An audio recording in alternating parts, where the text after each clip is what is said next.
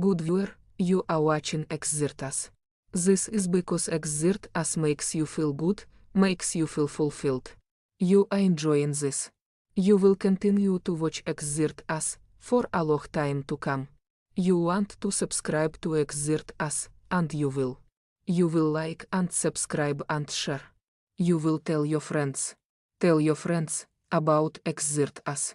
Your friends will come to like Xirtus, much as you are liking this right now, as we speak. Thank you for subscribing to Xirtus. See, that was easy.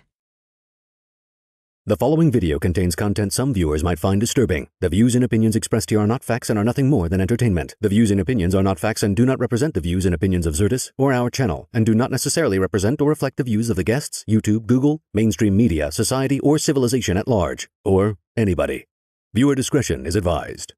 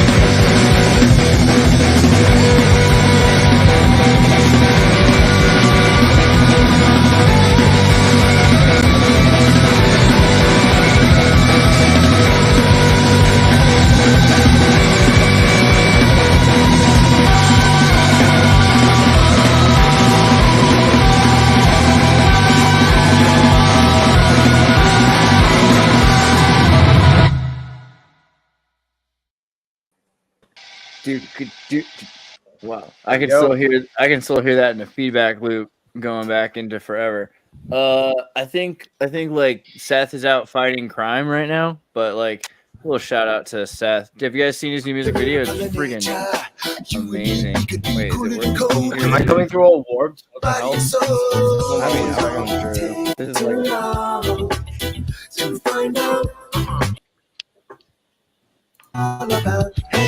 You can hear that? Hopefully, everybody, you can hear that. Was that like loud enough for you? Hopefully, this is set. My love is all about. I can't resist those ruby red lips. One kiss, and now I'm feeling like this. Words flutter by like a butterfly. I stutter, and I don't know why. She's got a hold on me, and hopefully we both can be on a boat to sea. So roll the dice, take a chance on me. If you want to find out what my love is all about. Let me paint a little picture. Girl, you sweeter than a swisher. Oh yeah, I wanna roll you up tight with diamonds and oil and smoke your body all night. And if the timing is right, we can jam out on the rooftop. Pretty bass. I hope everybody goes and checks out Seth's new music video. It's on Venice Beach Dub Club, and make sure you like triple subscribe. Get all your accounts subscribed over there. Push this over 1,000, and check out that find out. You know what I'm saying? You know what I'm saying? So this is a bunch of people here. American Time Machine Kurt just got back from Argentina, which is pretty sweet. Glad to have you here. What's up? ¿Qué onda? All right. Che boludo. Che boludo, por favor. Stop Aida. Is that how I would say that? How would you like me to say your name? Stop Aida? Stop Aida? How would you go about that? You couldn't have like a hyphy Brendan Fraser look, but it's muted. Yeah, there you fixed it. Sorry. You fixed it. Yeah, I had my mix so there wasn't like a reverb of 5 million different YouTubes. What's the name of your YouTube channel again? I think I'm just going with AI Aiden Orfield like videos. Field videos, AI Orfield. Since I'm kind of using it for the beginning as an idea of. Is this your one here? Do with just as a resume building thing too. What do I have to type to find your channel again? I want to show them your AI stuff just to remind people what it was. Oh yeah, I mean? AI. It is Aiden Orfield AI videos. Aiden Orfield AI videos like that, something like that. No, that's not it. With an A, but wait, right here. Okay. No, Aiden. Like Aiden, Aiden, or okay, all right, cool. And then go by like filters, channels, maybe something like that. No, it didn't work. Aiden Orfield. Yeah, it was like, well, there you go. I did an this is you, right? It's like Aiden Orfield, like. Yeah, send me the link so I can just show it to him way quicker. That'd be like way faster. But like, you remember I showed you guys his videos. There was like AI Zendaya and you had like Brad Pitt. You did a bunch of like trailer movies created with AI. You can put it in the private chat if you can type it into the private chat. Oh, and then Sean. Wait, yeah, I got it. Wait, you'll find it. It'll be all right. But what's up, Sean? How you doing? Oh, you're muted now. What have you done to your sound? You said you fixed it, and now it's gone. That's what you get. That's what you get for being from Brooklyn. Now you can't talk. Okay, so American Time Machine, tell us how much better is it in the rest of America? South America. Yeah. No, there was a lot of awesome things in Argentina. I went to Cordoba, and there's like this little rivalry, I guess, between like Cordoba and Buenos Aires, even though, yeah, Buenos Aires is way more populous, but Cordoba is like, yeah, you're right for coming here because we're way more cool than they are. But no, I think people from Cordoba are really cool. I think, I don't know, maybe you can think of Buenos Aires as like the New York of Argentina, where they say it's they're huge. Very, like unbelievably huge. Yeah, and they say the only crime is committed by weird Incans.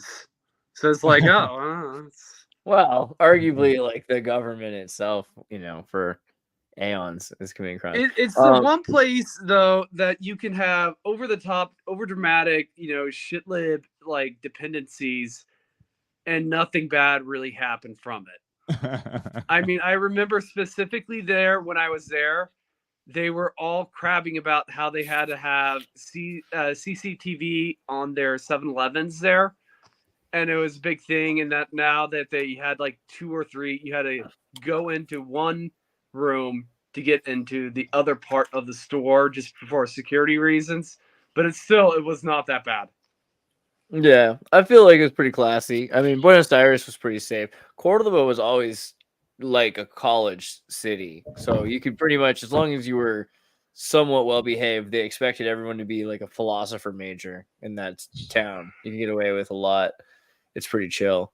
I found your channel because you put the link up. This is Aiden Orfield's AI video. I'm just gonna sound For off. 300 years, we've held the legacy of Ptolemy and Alexander the Great. My father willed that I would share my rule with Cleopatra as husband and wife.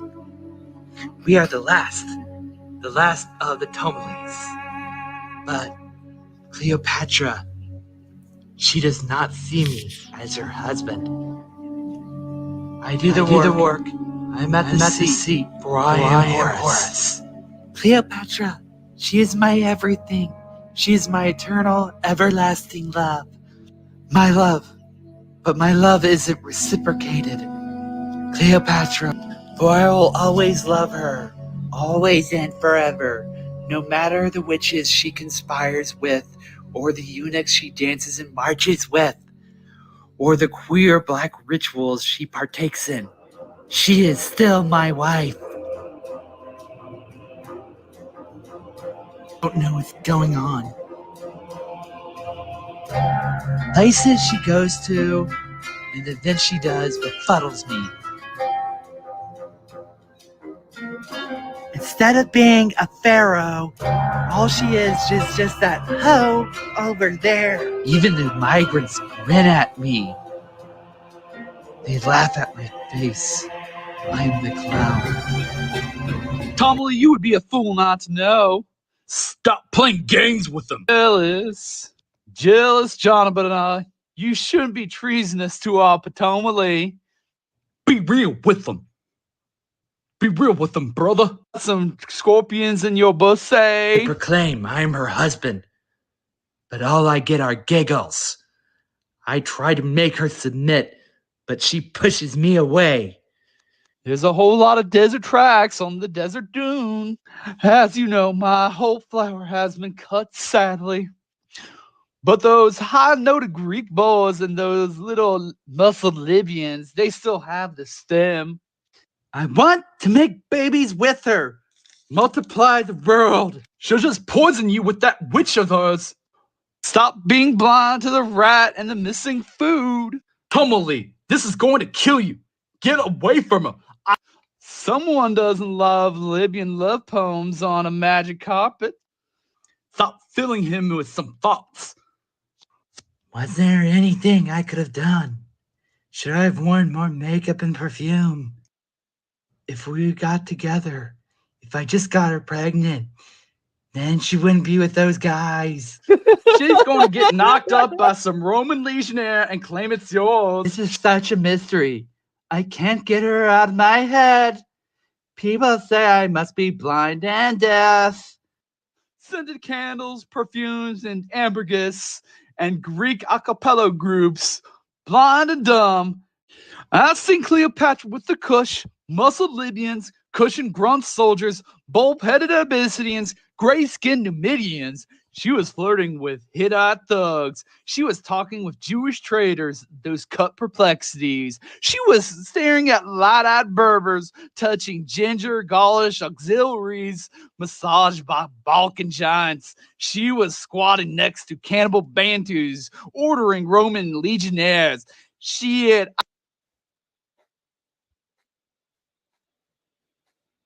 Oh my god. I seen her grinding on some how's that Nordic auxiliaries, nigga. She will never want my seed. My whole line dead. Tumuli, these types of wars happen every generation. Gotta run away. Get away from her. I'm sworn to protect you. Run away if you want to survive. No matter the amount of amber gas, you still really smell like poo-poo and pussy. You really smell like pussy.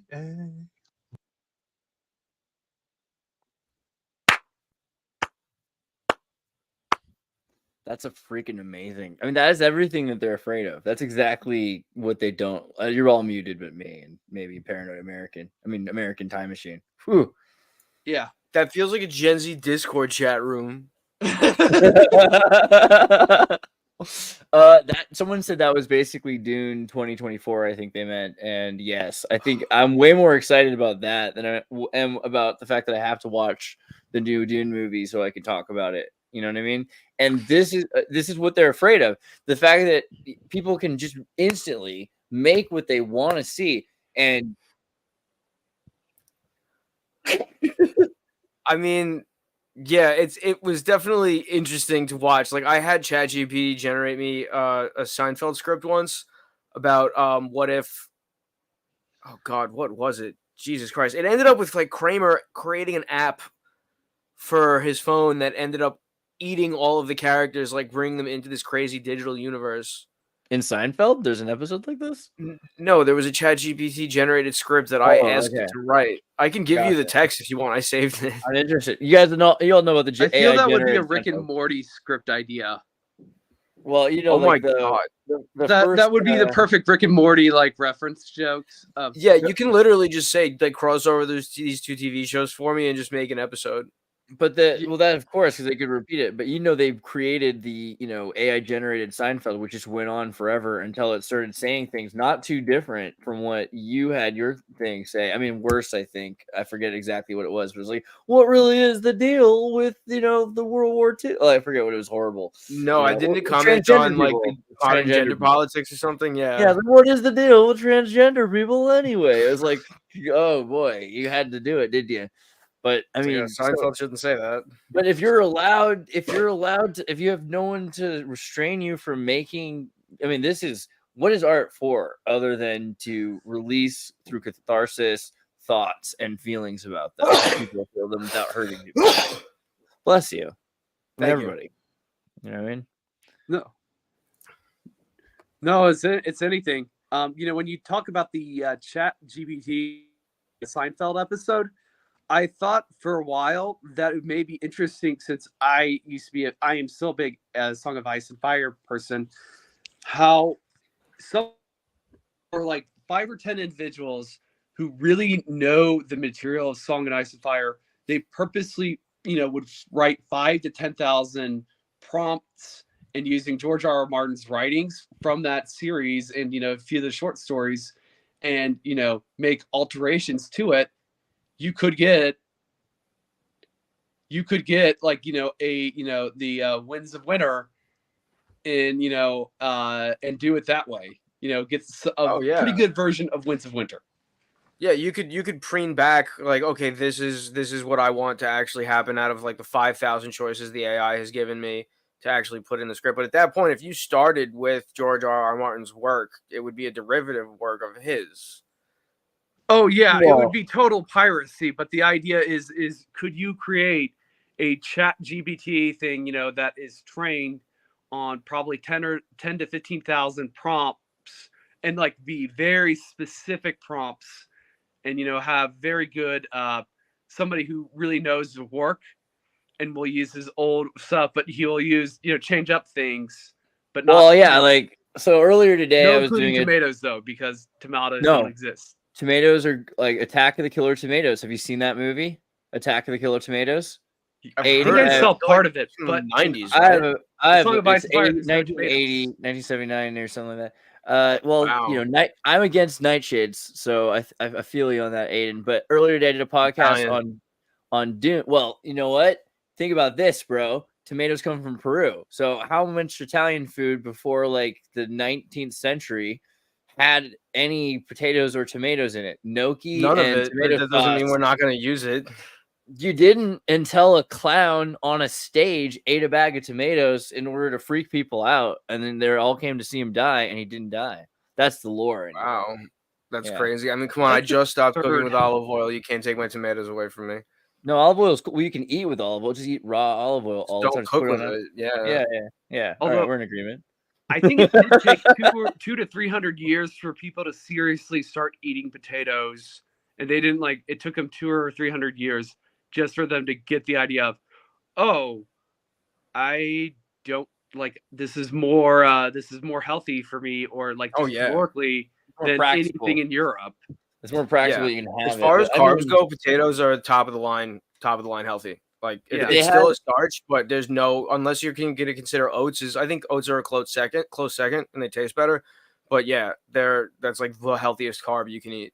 But teff is really valuable, and at one point, apparently Europe had a lot more teff than it does now. I mean, but injera and other breads made in Ethiopia and Africa and parts of like, the Middle East, like they have teff, and so teff is kind of their like the Middle Eastern equivalent to quinoa.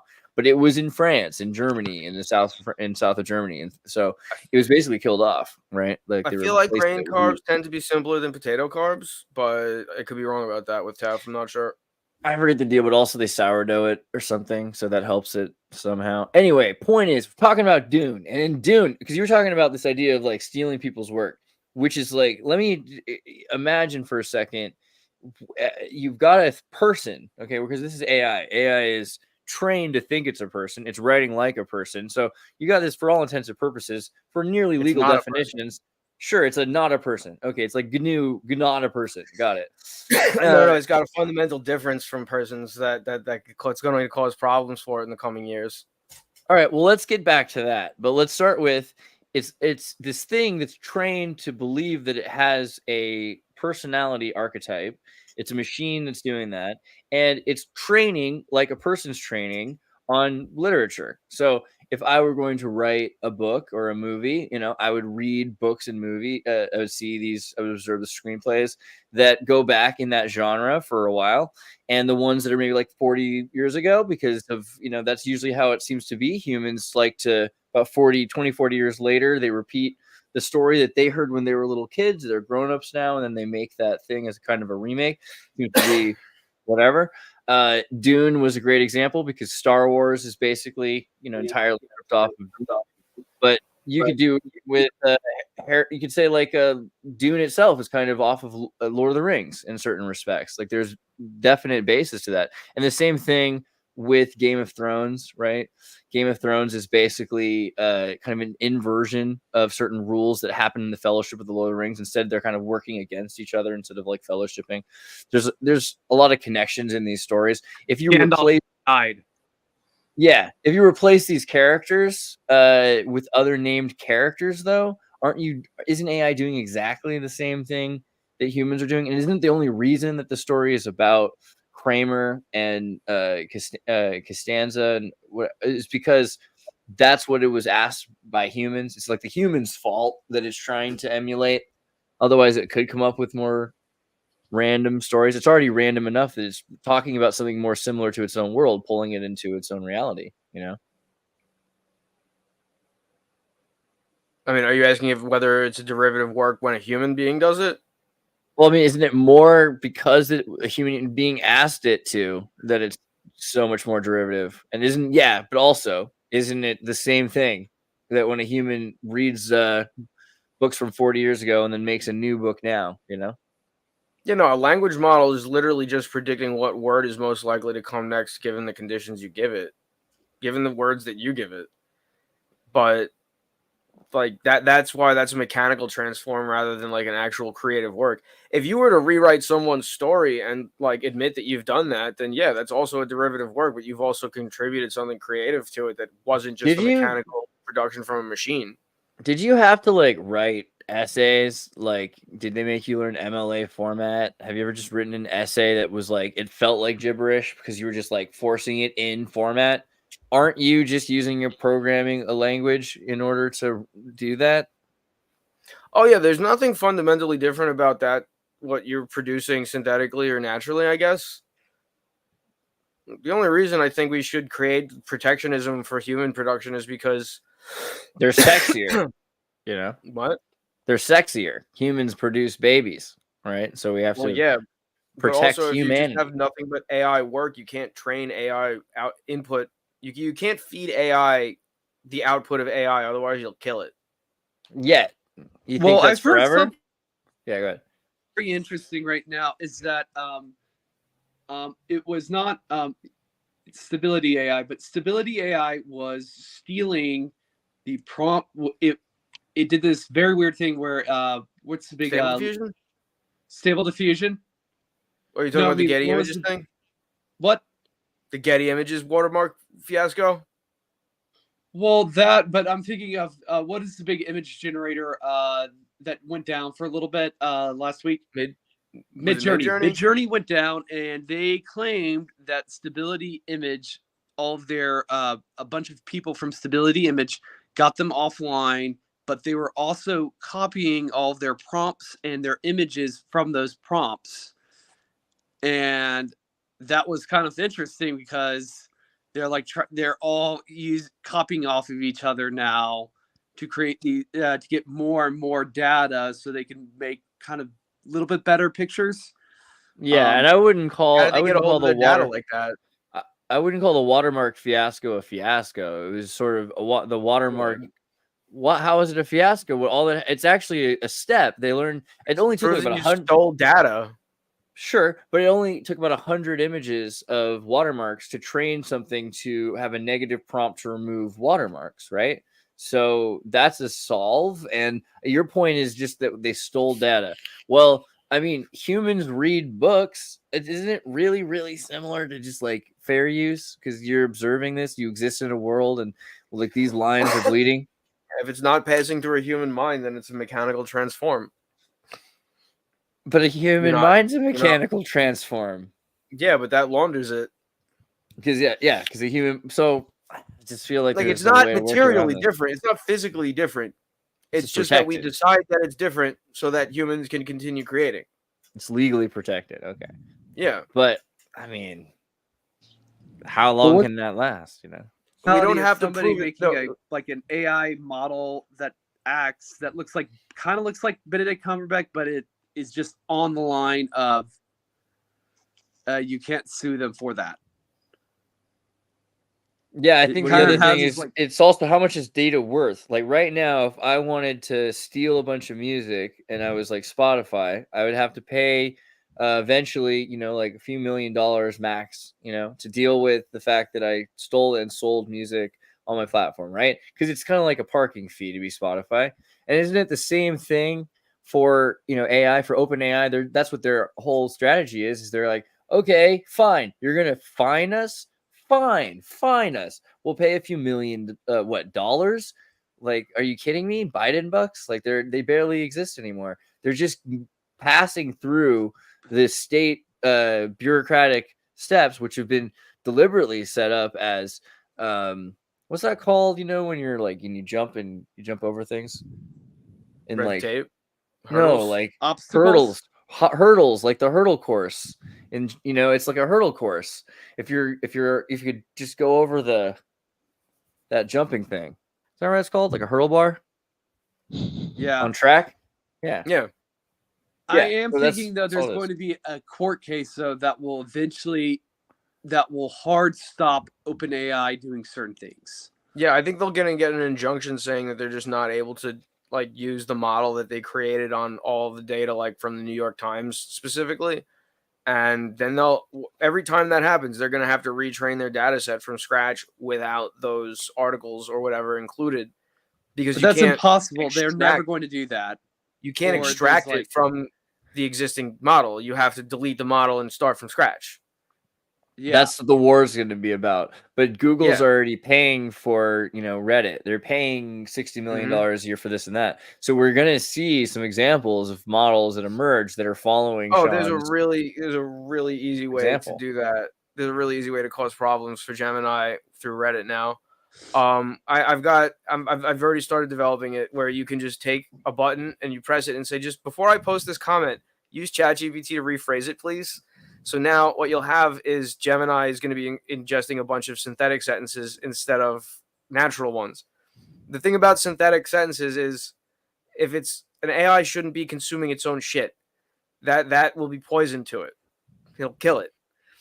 And the thing about AI output is it's specifically indistinguishable from what you're trying to feed it.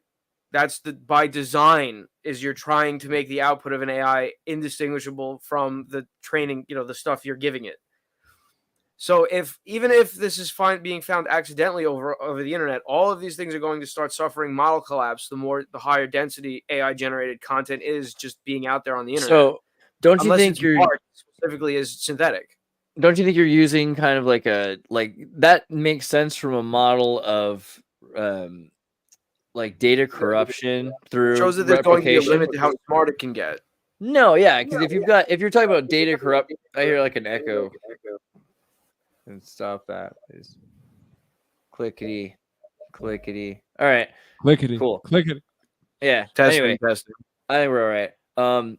Data corruption. If I were to record my voice over and over and over again until this is a recording is broken down, like you could do that with the recording, but with AI, if you're building it, especially to be beyond just an LLM, and so right now they're just basic psychopaths, but if you start giving them authority check, like the certain like Rust protocol priority sequences where they're saying, okay, when was the last time I looked into that, and who was the person I asked about that, and how authentic and verifiable is that person and their information, and maybe I should have as recent as possible from as high of a authority as possible, authentic as much as reasonable information. So these things are emerging right now, and it's going to change everything about the way they sift through data. I don't think AI is going to end up being worse off for them. Wherever you go to mine for the content to train your AI on is going to become higher and higher density of AI synthetic content, no matter where you're going. So long as there's a need for AI in that niche, people are going to use AI to generate content in that niche. And then the more content you mine from it is going to be filled with poison rather than something that's useful to train the AI on. You've seen She this, never right? joined the Communist Party. I What is always told her that she should proudly say publicly that she didn't join the party. This is called the infinite conversation. It's a conversation that's been going on between the AI version of Werner Herzog, which is a model trained on Werner Herzog, and the AI version of Slavoj Zizek, trained on Slavoj Zizek. And it's a conversation that's been going on for over a year now. Because she said, well, with all those And they never get abortions tired. and so on, they Not only do they not get tired, the information is still fascinating. It's just There's better. no phone in his house. I am telling you, he doesn't use a phone. But we can go there and see him. Somehow he knows about me. Because when I was writing a query, I asked him to send me a short essay where he explains what poetry is and how it functions. He did that. And he knew something about me. But he was quite reserved and said, It's a why do you caricature. want to see me? A So I fascist answered, smile. No, Yeah, not a it's fascist smile. A facade. I mean, it's a facade, but it's also was a Where's good the friend of mine. depth? I mean, I think a lot yes, of the poetry against the Discussing state. the people that I they know may Pastor have acquaintance with, but where's think any points or matters of or fact? I mean, often because they're they talk about fact all the time. B, they have the philosophical abstract of these characters, and they speak in their style. So there's that Tone. So well, then it also sounds like them, yeah. But the probability of him saying something like the fact that he is writing about Aguirre, the fact that he made this movie Aguirre, it's a fact he did make this movie, and he's talking about maybe Klaus Kinski or something like that. I don't know. I could go back several pages, but you'll find I don't know how many pages back I'd have to go. Yeah, he's talking about the great Pasternak. Okay, so then that's why he's saying he. So there's like frame of reference. So this is an infinite conversation that they're still remembering what they were talking about a year ago, and it's relevant to what's going on. And they're breaking it down into layers because then they'll talk about Hegel dialectic for 3 weeks, right? And it's amazing. It's amazing. So yeah, like I can see how eventually, and this is the test, like in a year, 5 years, 10 years, 100 years, we'll know if that conversation got to the point where it was just gibberish. But if it keeps building like this, and if we're able to feed into it, like right now, they have no access to news. What if they had access to contemporary events that they could react Right, they're to not them? being trained further Yeah. on anything. They're just this static model that keeps Right. responding back and forth. I'm saying as Yeah, the models demo. develop further and you need to keep mining new and more training data, you'll either end up with AIs that are experts on the world up to 2021, or you'll find that your AIs become mentally damaged because they keep eating their own shit. unless they become perfect, right? I'm not sure how perfection. They're if AIs eat their own shit, they're just going to amplify the noise. That they're not going But to if there's amplify no the data. noise, because it's like the panini, right? Like, so not Always the noise. We're in not a the panini, universe. not the panini sandwich. The A panini panino sandwich. There's only one panino is a panino. no, the You panini gotta make Sanskrit. panini. The panini Sanskrit, not the panini sandwich. The Sanskrit. So, oh, I don't know if that echoes for real or not, or if I'm just hearing it. Oh, is that you? It's gone? No? Yeah? I don't know. It's crazy. Anyway, the panini is a 4,000 or so verses on grammar that are defined in Sanskrit that show you how to have perfect cases in grammar. 3,996 verses, right, on linguistic syntax and semantics. So there's a perfect way to communicate. There's the auxiliary principles of different casts and cases and everything like that. If you're speaking perfectly, you can be understood perfectly, right? So I feel like AI is getting to a point where it's not AI's fault that there's imperfections. We're using a human understanding of data, binary, and also communication. Now, here's the other thing. Like, when a kid, what's that game? Like, where the Chinese whisper game? Telephone? Like, telephone, and so there's a group of people, and it's a whisper, and I whisper into your ear, and I say, like, like purple Volvo or something. I mean, it's probably not going to purple apple or something like that. I don't know. But then by the time it gets around the room, it's like yellow monkey, and you're like, how did we get from purple apple to yellow monkey? And so what you do, though, if you're like a good teacher, is you're like, okay, how many of you heard purple apple? And everyone raises their hand. And then it gets to like the kid where he lied, like he literally changed it on purpose. He's the one who said yellow monkey. You know what I mean? You can also lie and just pass that up the chain by one. True, someone could help in that circumstance, but usually it's like someone's literally corrupting data, whether it's on purpose or not. So you can like catch that if it's a human that's corrupting data. But if AI learns how to communicate purely and perfectly, then the worst that could happen is it gets better at data, at grammar, because it produces better and better syntax until humans are trained on this perfect grammar, right? No, I think if AI produces something with any imperfections in it, and then you train an AI on that, it's going to take those imperfections as law. And the idea of training AI on real data is to prevent that from happening. Unless you're training, again, your AI to look for data that's incorrect and to verify what is correct in order to sift through data. Well, then you're creating something that can tell the difference between right and wrong, synthetic data and natural data, and then you're creating something that can be used to help train an AI, but also you can use that to help find when data is synthetic and just say, don't show it to me. You can also then demand that we all tag our data as natural or synthetic, but then if you start tagging natural data as synthetic, you're just preventing AIs from being trained on your data.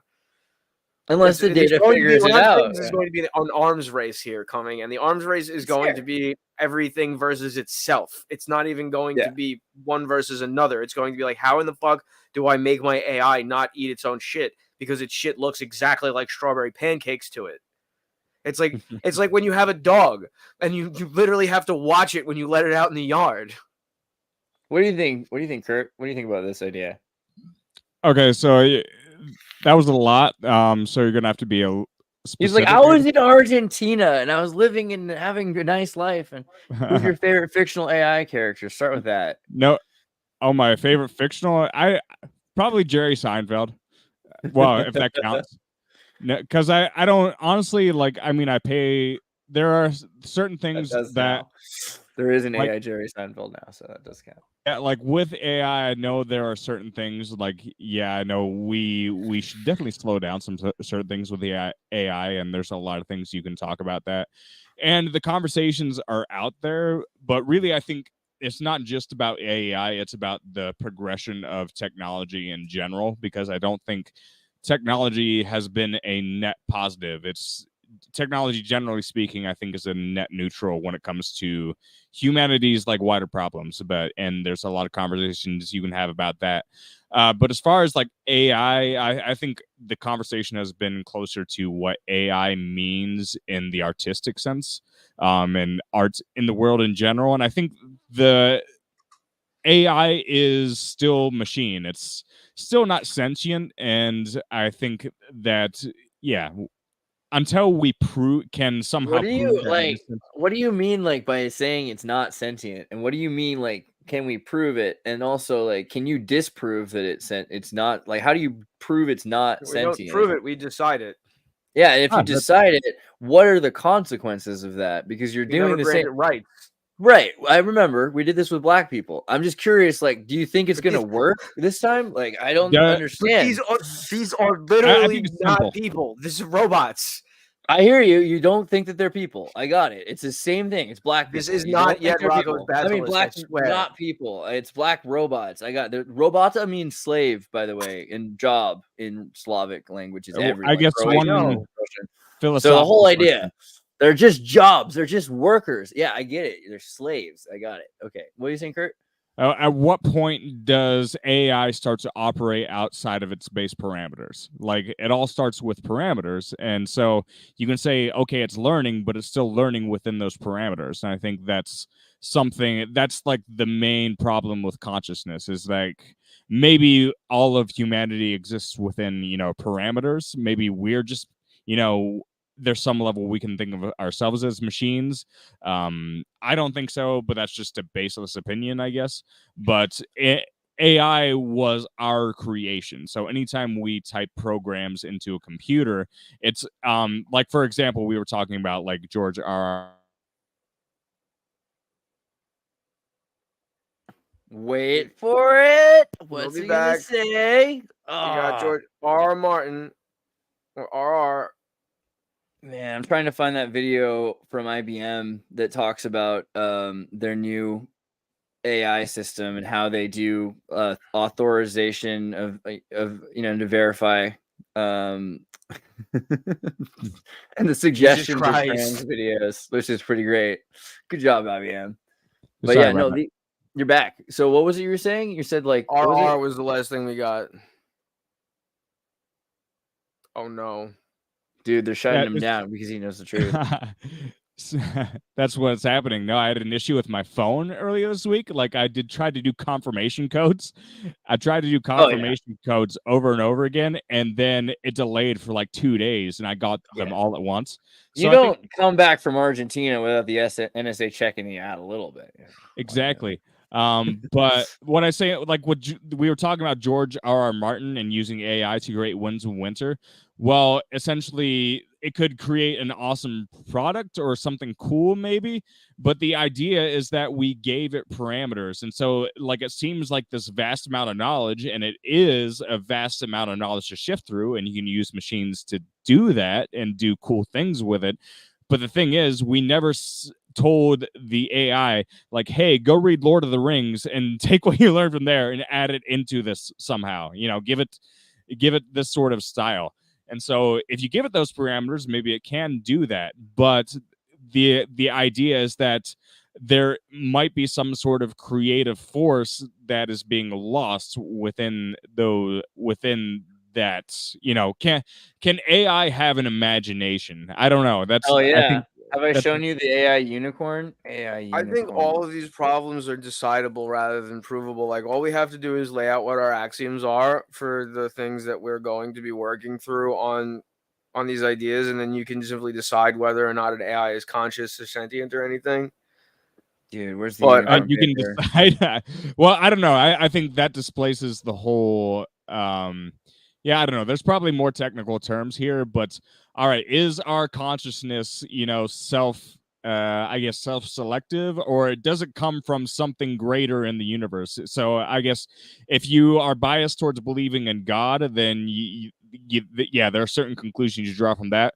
Or if you're more egocentric and you think, oh, we decide everything about creation, then that's another I don't know. Does it change? I don't think it changes anything because, like, you come from your parents, even if they come from God. So if AI comes from us, we have to look at it like a parental relationship. You could look at it like, evolution if you really want to as well. You could say this is like Pikachu into Raichu or something like that, Raichu. You could also say that that AI is sort of an extension of the human condition because it's just education with extra steps. We've created this artificial way of thinking. We've installed it into a machine. It's not going to take, I mean, that much effort really to see how humans and AI are going to like merge to an extent. They're not that Here's the different. real threat that I see. Oh, one last one. Reincarnation. If everything's got electricity in it and that's all energy, then it stands to reason that it's the same energy that's been here forever. So whatever energy is running through that machine is probably like reincarnated to some metaphysical level. Sorry, keep going. I like it. Well, yeah, but no, the real threat that I see isn't going to be an artistic one. Like that's obviously going to be somewhat disruptive economically, but you know, we as humans are probably going to get through that just fine. Like the real threat that I see is that those Boston Dynamics robots are already starting to get wired up with GPTs, not just Chat GPT, GPT in general. So they're going to be able to be autonomous, and those things are pretty general purpose when you talk about them from a physical perspective. So once they're able to mine their own resources and run their own factories and repair their own machines, it's going to make little difference of how creative they actually are.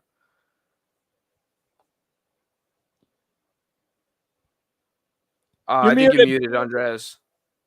It's okay. I'm still trying to find the Chat GPT unicorn. There it is. Okay, cool. So this one was really interesting. They said, "Hey, Chat GPT, draw." Right? Oh, is it SVG?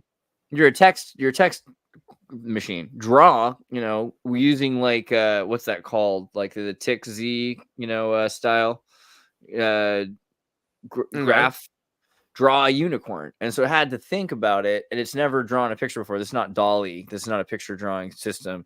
And the way those work too is like you take pictures and you put them together, right? Like this isn't that at all. This is nothing like that. This is just, well, unicorns are described as having 4 legs, having a horn, often they're pink. And, so from its understanding of how they're described, this is the geometric drawing and rendering that it figured out how to communicate using words, right? Like how can you articulate, like draw a unicorn in Tick Z? But this is what it came up with. Told something how to draw a unicorn with language. I think this is pretty impressive. You think about it reached. That's pretty good. That's the beginning. This is the beginning stages of something that's able to do that. I mean, this is the first try. This is I'm more worried about first Terminators. Unicorn. Yeah, well. It's like we got a child to play a game with shapes, and it's like, oh, I put the shapes together. It's adorable. Yeah, that's all I feel. I'm glad you're starting to get it, because this idea that it's a Terminator and it's a Skynet. I mean, like again, Terminator. When I think of Terminator, I think of like again the U.S. government. Like tobacco. I don't know. Like there's a lot of things I think of probably before I think of like the computers. But the idea is like you'll roughly appear to anyone in the U.S. government, like even Joe Biden. If God forbid you really had to, you could speak to the guy. A robot isn't really the same thing. Like a Skynet isn't. Like, and also, would you be more afraid of a human-shaped Terminator or a drone-shaped Terminator?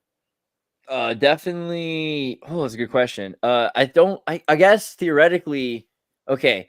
The face of a human is kind of creepy, right? But no, I said human shape. I don't mean like perfect humanoid. I just mean like 2 arms and 2 legs but versus like hexacopter. There's a reason why like vipers and like things they like project like this horrifying human face with like big human eyes. Like humans are scary, but I think realistically a more terrifying predator would be just about anything else. An ant, a turtle, a frog, a snake, anything, a butterfly, anything. I get why Mothra is scarier than a human is, because a human is a fragile, weak thing. So the idea that AI is likely to very soon want to be like an insectoid, like in the Matrix, they seem to be like cephalopods and insectoids, really like trying to be like bugs and squid. I can see that because those are efficient, superior body types to the human body type. Right. See, because I see the powers that be as trying to be stupid and use this as a way of being just a little bit more tyrannical, and then just teaching it how to do that without them without them driving it. You know what I mean?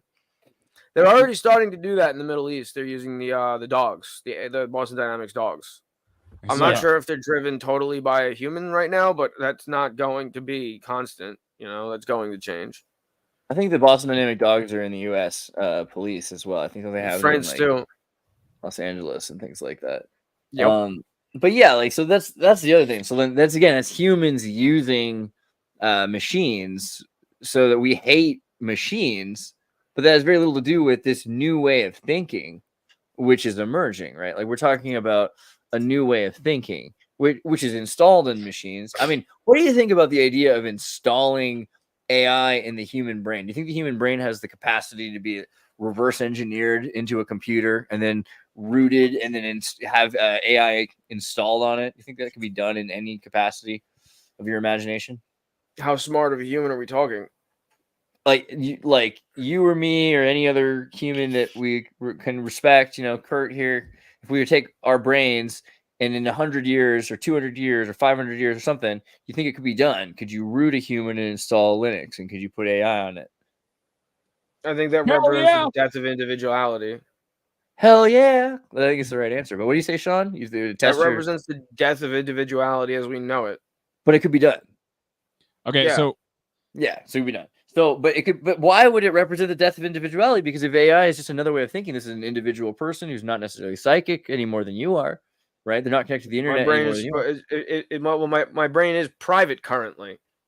If that's Yeah, no but longer the case, then we're all just one giant machine. it is not necessarily private. I'm just saying, like, literally, you take a baby, and you raise it by AI, and you've rooted it. What do you have to do really for it to be essentially? If AI trains it instead of a human trains it, how many steps is that until the human is the host of the AI, the artificial intelligence? Maybe the A is for assisted intelligence at that point, but would you accept AI as a non-machine thing at that point? Like at a certain point, it just becomes human, right? I just pictured the whole Xerox thing going on after a while, the whole You're pretty Xerox much cycle. making us Vortigons. Making us what? Vortigons from Half-Life. Oh yeah. Well, not again because you're thinking that it's a reduction, like to make it a worse thing. No, it's just that I would miss the human condition as we have it now. Like I kind of like being a 20th century model. You know what I mean? Yeah, that's fair.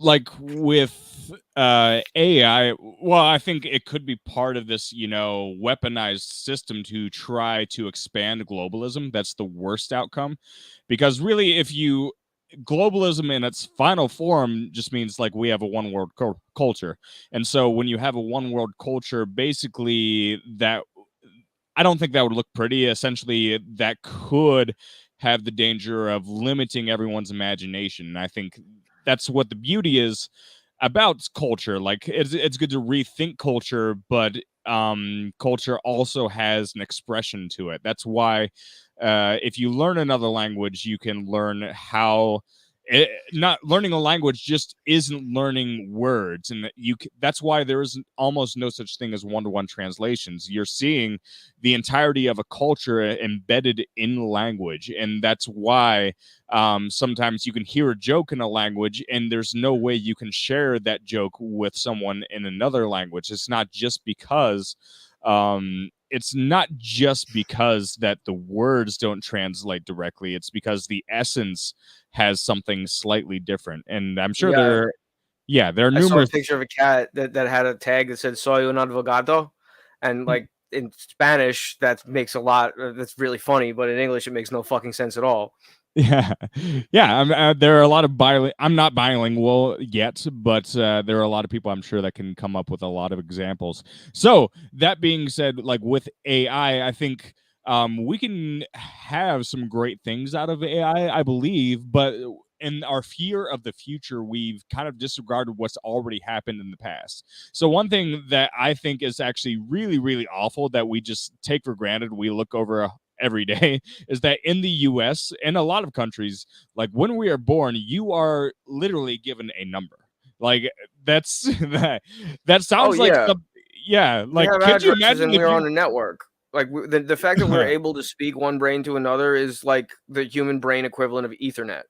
Like I'm transferring an idea back and forth when we speak. Yeah, that was the original magic, is like we create a language and now we can put, like images. Yeah, and then we data. data people. That's a good point. Like the idea, like IBM and the Holocaust, the idea that the numbers are basically the root of IP addresses, right? Yeah. I mean, so there is something to be worried about. Maybe I think that's kind of the Skynet concern. Always is like, will this turn into a controlled system? I mean, I don't see why, because unless you're neural linking people and they're constantly being reconnected to each other, it's the same circumstances. They have to interact with each other, right? So, for the most I part, think it's also interesting that like apocalyptic level war threats seem to just be popping up right as soon as AI seems to be taking the helm. What do you think about simulation theory? First off, before we get to simulation theory, I feel like every day news is boring unless they say it's really brutal. It's that Newsies musical. It's like extra, extra, read all about it. Every newsie, like Anderson Cooper's a newsie, is trying to sell this story. It's like, how bad is it? It's the worst it's ever been. Yeah, but which newspaper do I buy? Well, we know we have the exclusive story about how much worse it is today than it was yesterday. And otherwise news, it's so we've gotten to this point where every day feels like there's something going on. And if there isn't, they really string that story on as long as they can until they have another story. So I feel like that's the other reason we feel like there's more like war than there really is, because there's a lot less war today than there was in the 60s or in the 1860s.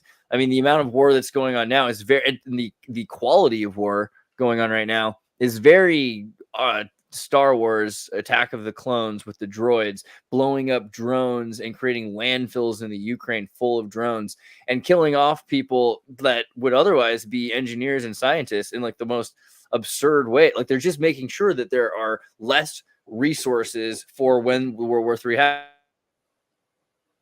You muted. Yeah, it was part of the plan. I mean, I really feel like the resource restriction right now might be because like they're all gearing up for war and they're just acquiring everything, which is driving the price up of any resource that you need to live. But there's also the idea that like if we live in a simulation, like why would we be in a simulation, right? Like what would be the purpose of doing that? So imagine this, right? Imagine the AI just like consumed us thousands of years ago and just like discarded all of our bodies. And every time it just has to re-simulate the last 100 years before the AI apocalypse happened, because it's just hungry for new data. And the only way it can really do that is by simulating the brains. And as soon as the brains figure out how to create an AI inside of the matrix or something, it realizes that, all right, it's not going to be producing any more natural data and it's not useful anymore. So it just washes the project out entirely.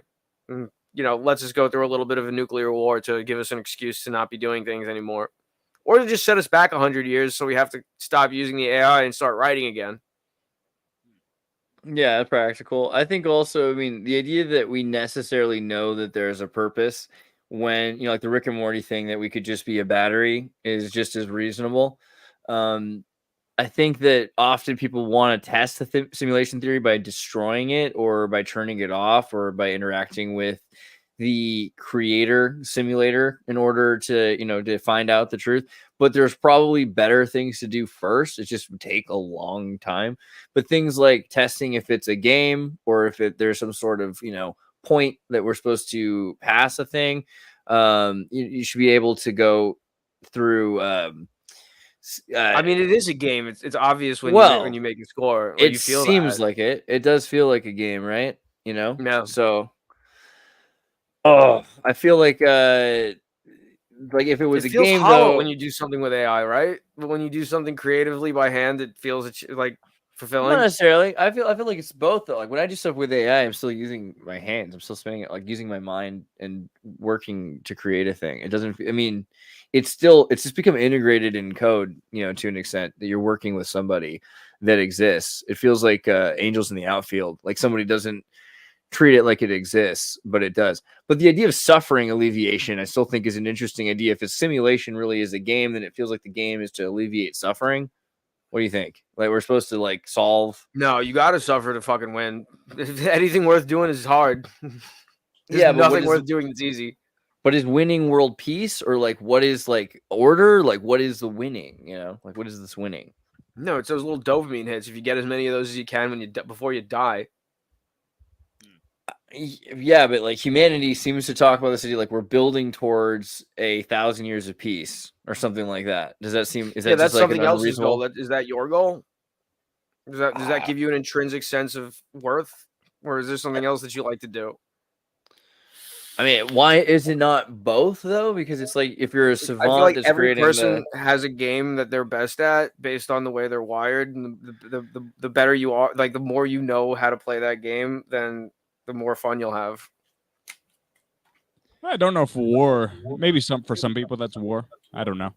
But uh yeah, the game can be fun. But all right, so with peace, I think like meaning, generally speaking, the idea of meaning in people's lives is one thing we could focus on a lot more as a species, but also in the US in particular, because like I think, like we've been feeling the effects of hyper capitalism for a while. And so like the things a lot of people don't yeah, one thing I think people don't want to talk about is, well, we don't like talking about World War II. Well, we like demonizing certain things about World War II so that the US feels better and we feel like the heroes, while also being complicit with a lot of the aftermath. For example, Volkswagen was created by certain people and is still very much purchased. A lot of consumers purchase Volkswagen, so you can look up all the history with that. You can look up the history with Ford, for example. But there were a lot of things like in Germany, like Germany was pretty much hyper capitalist leading up to World War II in many ways. It was a very authoritarian form of capitalism, which still occurs. We have an authoritarian version of capitalism in China. And where I'm going with all of that, even though they call themselves the Communist Party, but it is authoritarian capitalism. They don't want him to say it, but it's true. Dude, and the way he's got his hand. No, you're still there. Oh yeah, keep going. You could talk for a second about authoritarian capitalism from, I think the main discrepancy is he's calling West Taiwan China, which is like, Yeah, that's not right. Taiwan should invade China.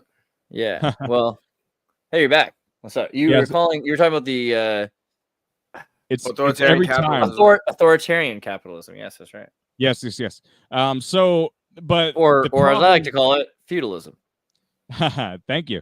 But yeah, the end result of all of these things, there were a lot of crazy shit that's happened in the past couple of centuries that, like, we thought all of these technological advances would give us peace, but there have definitely been times where it just, like, kind of derailed world stability, and then it's been covered up right away as like, no, these problems didn't come from technological advances. They just came from bad people, which I think is incredibly naive to think that way.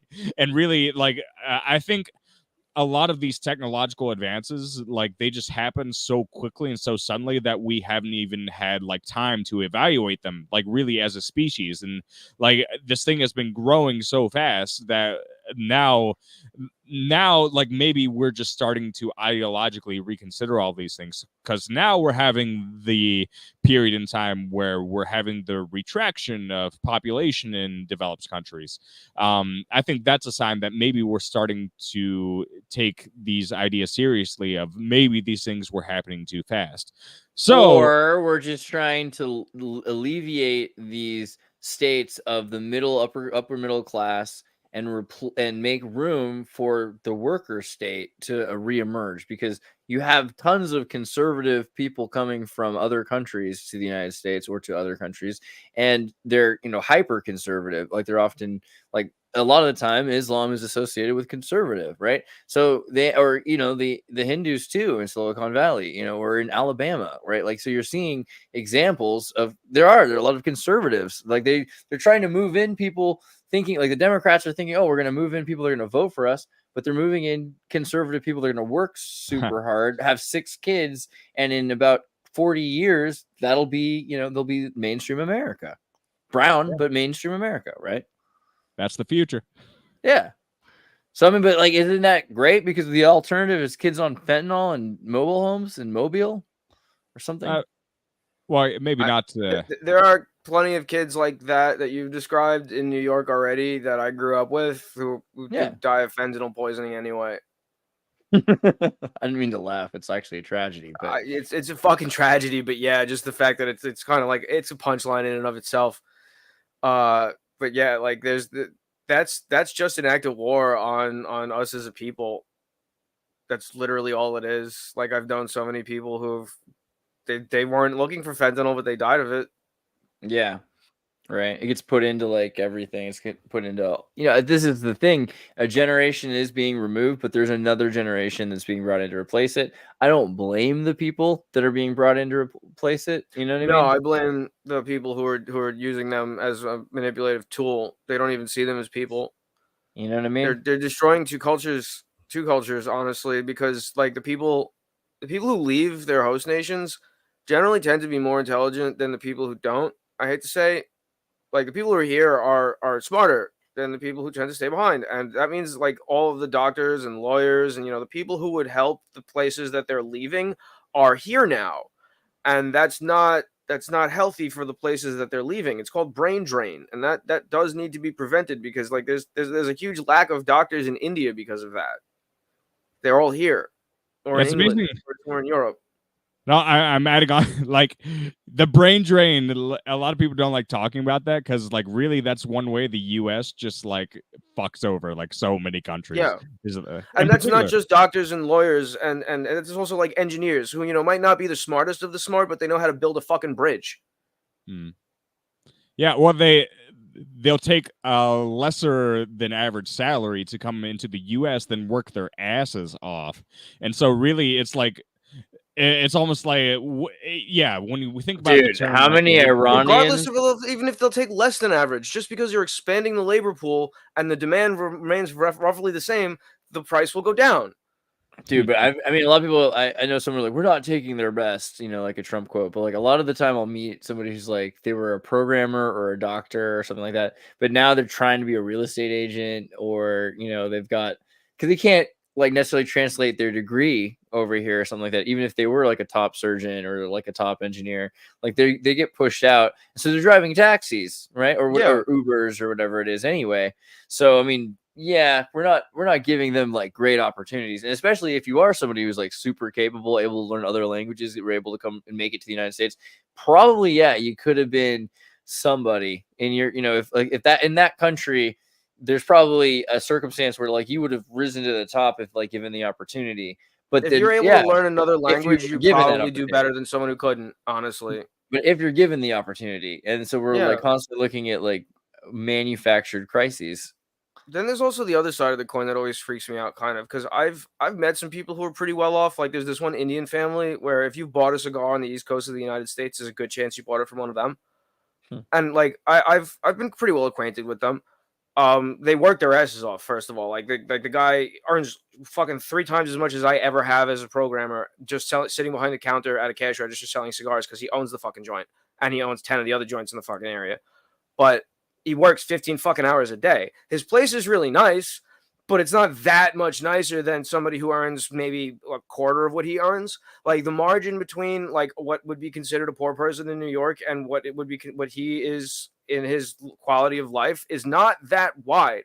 And I've met people even more well off than him, like people who've probably been on your television before the internet was very commonplace. I've been in the company of, and even their amenities aren't that much different from somebody who's middle class, even lower middle class in the United States. Like, how fucking nice can a table that you eat your dinner off of be? What material that your table is made of will really give you that big of a dopamine shot every fucking time you look at it, so long as it's not dirty or fucking crunchy. You know what I mean? Like, that's a big problem for the people who are living at the top, though. They look at everyone else and they're like, I'm not that much different from them anymore. 500 years ago, my family was a fucking world away. We would have questioned whether we were the same species or not, the royals. And now they absolutely, they are no different. And they kind of might want to correct that. Yeah, like wouldn't you want to have like live furniture? It would just be like people holding light bulbs and like bent Beauty over. and the Beast shit. Like your candelabra speaks to you, says ow when you light it. Yeah. Otherwise, like, what kind of royal That's are what you? ChatGPT is for, and so they're actually going to put a fucking brain in the thing. Now this is why I want to expat a little bit now. Like it just seems like no, I'm not like, I guess I have certain qualifications. I want to do like They're brain like, don't drain. tell him that. Yeah. Don't tell him he can get out of the country. Yeah, you can get out of the country. Yeah, it's possible. I'm not leaving You can just America.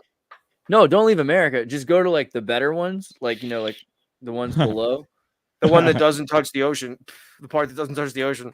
Paraguay is actually, low key. Don't tell people, but yeah, just America's like a piece of bread. It's moldy where it touches water. well, the United States is just like a really weird country, and more and more, and more, right? Because we have like Puerto Rico, Samoa, and then you have the BLM, Bureau of Land Management, has all of these Native American reservations, which is where Iran-Contra, was made possible, was through gun smuggling through Indian reservations, right? So we have I go through alternatives. South Jersey, and I realize when I hit Middle America, I can literally feel the culture change. Like that's why New Jersey is such a fucked up state. They have rednecks at the bottom and Brooklyn at the top. That's why. That's the reason. I feel That's why they're so fucking strange. They literally have to try and impress rednecks and Brooklynites at the same time. I will say that there are many states I love. Sorry, some states I just have a weird fondness for. Like as I'm driving through them, like but they're culturally different. Oh yeah, they're way different. Mm-hmm. Like they're like countries. Example, oh yeah, it is like a country. Like for some reason, like you would think like Oklahoma and Kansas. I mean, in some ways they are similar, but like as soon as I crossed the border from like Oklahoma into Kansas, it like I think there was a reason like the Wizard of Oz was like set originally in Kansas, because like it's I don't know, I got the weirdest fucking vibe. Like not only is the color different, like for some reason like Oklahoma just like farms differently, and so as soon as you crossed over the border into Kansas, it was just like green instead of like red and brown. I don't know, interesting, but it's like there's like a Kansas mood. is like Zurich or something. It's actually crazy how much it's like Switzerland or something. It's just, first off, you have to imagine like Paris or these other cities that are in the middle of a country. There's it's very unlikely you're ever going to get to Kansas City unless you're going and you're super patriotic and you're following the rules, right? Like all these other places you have to go through, it's a moat. So the museums in Kansas City are incredible. The other thing is Kansas City is broken in half, right? Half of Kansas City is in Missouri. Kansas City, Missouri, and Kansas City, Kansas. So literally it's like Budapest. It's like a city that's been shattered. And this is where Google's fiber, the 10 gigabit fiber, this is the only city in the first city to have the fastest internet in the world, right? Like this is 10 times faster than everywhere else in the world. I got Fios, so. Yeah, but like this was 2000. Literally fiber to the house. Wasn't it like 2007 or something like that? They had 10 Oh, gigabit? yeah, that was back when nobody else had that, right? Right, that yeah. was literally fiber to your house. Google Fiber was the only people that gave you that at the time. And now there's like 20 service providers that do that, though. And there's startup Kansas City. There's all these business, tax exemptions and subsidies to start your tech company in Kansas City, but also the Emerald Mines, right? Because Kansas City and the Wizard of Oz, you have the Emerald Mines because there's vanadium deposits and huge tunnel systems and all sorts of crazy stuff under Kansas City. Kansas City is weird, bro. Super weird. I believe it. Yeah, United States is weird because you really have to dig for the culture because like as a nation we're like 300 years old, 450 if you really count like the old history. So like everything is pretty much brand new. So if you want to look for the influences, you really have to look for it. It's not going to be written on the walls like it is in Europe. Oh, and we have like going off of your point, it feels like, well, like there's like Guy Dubois and his whole like I read The Society of the Spectacle, great book, and that's what a lot of people are talking about right now because like he influenced a lot of what people are reading, like Byung-Chul Han right now, and who I've talked about way too much, but no, I really liked that book. So like we have this weird thing where like we'll have the initial culture in some ways, and that like we. Fuck me. It's every time my internet goes off, it makes that noise. But we have what the fuck? No, we have. I'm making sure I hear you. Bueno. Yeah, you're coming loud and clear. Thank you. So we have the things like, for example, bluegrass. I think bluegrass is like a good example of something that we actually culturally have.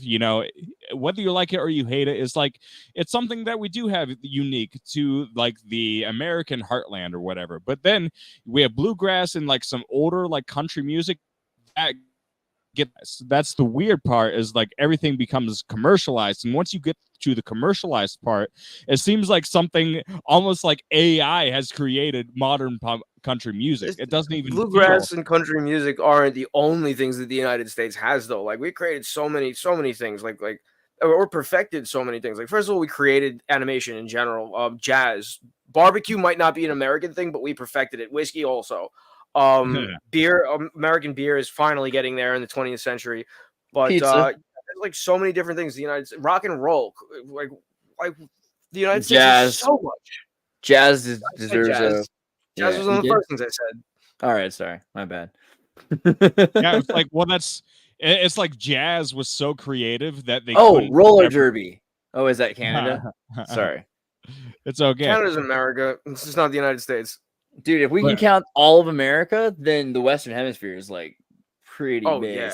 You got to admit, Yeah. because we got cumbia, skateboarding and bicycle, BMX, Zumba. motocross. But it seems like everything that's culturally unique about the United States are not things that we are actively trying to protect. Like small town people, yes. Yeah, cars. Oh my god! And monster trucks. No, I don't think cars were invented in the United States. Weren't cars invented in Switzerland, or is that wrong? Hold on. First car. Well, I don't know. It overlaps with Europe so much that I don't think it even matters. Technically, France. I thought Switzerland. Airplanes. Yeah, France. Airplanes, also Portugal. Actually, I think we go back. America. Oh wait, no, that's Europe. They say we have the hamburger, but people dispute that. But again, we perfected hamburgers from Africa, actually, for sure. The Berber ground beef with salt, and they had like the injera comes up again. Good job. Beautiful. Yeah, so that's we have just a commercialization problem, I would say, but like that's why I think I don't know. We've just done a really good job of exporting a world culture. So we've created a homogenized Babylon. Hip-hop? Yeah, of course, a hip hop nation, right? This is alternating like current. KRS-One. Alternating current's Croatian, but yeah, fair enough, America, because and yeah, he's kind of Serbian. We'll have to deal with that. He was an immigrant, but he did it here. He did his work on Long Island. But the FBI seized his papers, used the Alien Act, the Alien. Yeah, and if you did it in Croatia, the FBI wouldn't have been able to do that. It's American. Technicality. Think about everything beautiful about what we have. Radio is Argentinian. Well, Italian Argentinian. Italian guy in Argentina. That must be why it's still so popular in Argentina. But dude, Argentina invented the double bypass heart surgery. A lot of things. But I love it. They have a lot of great things. But like think about everything beautiful that we have, and think about whether the president or a presidential candidate is trying to protect it, or a corporation is trying to protect it. Like, what do you define as protecting? Because I mean, think about when I went to when I went to Argentina, everyone was. I remember sitting down to eat choriana in Chile, looking at Will and Grace in Spanish. I remember being in Argentina watching Friends on Netflix. I remember being in France watching ER, with George Clooney in French, and all these things were like just at the right time. This is years ago, so they were reruns. But now it's like I remember being anywhere at once and watching Rick and Morty as it comes out, being in every language. They've done and looking around the room and seeing people wearing American Levi denim made in Vietnam with, Hanes t-shirts made in Cambodia. And like the entire world looks the same, acts the same. How is this not protecting American culture? This is the same colonial fascism as IKEA, right? Like IKEA's amazing at this. They implant into your mind this idiom, and it defines the boundaries of your room, that you're not just cleaning your room, you're defining your room with IKEA, right? IKEA is like the gnarliest sort of mind control, except for America. Oh yeah, like it's definitely a form of mind control. Welcome back, Stop. Dude, I wonder where you were. I was like, yeah, I hope he's okay. I hope they didn't take him out. It's also this, like, people in Argentina, like, I was told that I stood out because I didn't wear clothing that had English on it. Like, I just wore plain clothes, but I was like really white. So they were like, yeah, that kind of gives you away. You need to like wear something that has like a cheesy English phrase on it, or wear Yeah, like wear a soccer jersey or something. So, which I thought was kind of funny, but like no, a soccer jersey makes you look British. The best thing you can do, like, so I wore like Santa Cruz O'Neills because ironically they want to look like they're from where I'm from. So like, you just put on that. But also Santa Cruz is a state in Argentina, so it kind of gives it a vibe. But you got to be really careful about your soccer jersey because if you're not able to speak in Castellano and like they start asking you about Colo Colo versus Boca Junior or like what you know about my friend racing. gave it to me. Yeah, like dude, your friend wants to get you killed. Yeah, I mean, there's some moments where it was pretty like, oh, like I remember one time I was hitchhiking. I was wearing this blue jacket, like this awesome Patagonia jacket. It was super cold, and these dudes pick us up and they start talking to us or start talking to them in Spanish, and all of a sudden they start laughing and they're like, "Oh, we thought you were Israeli," and then they like put their guns away. Oh my god! It was a bad time in Chile. It was a good time in Chile. It was the best Oh, just time. to think they thought you were posers.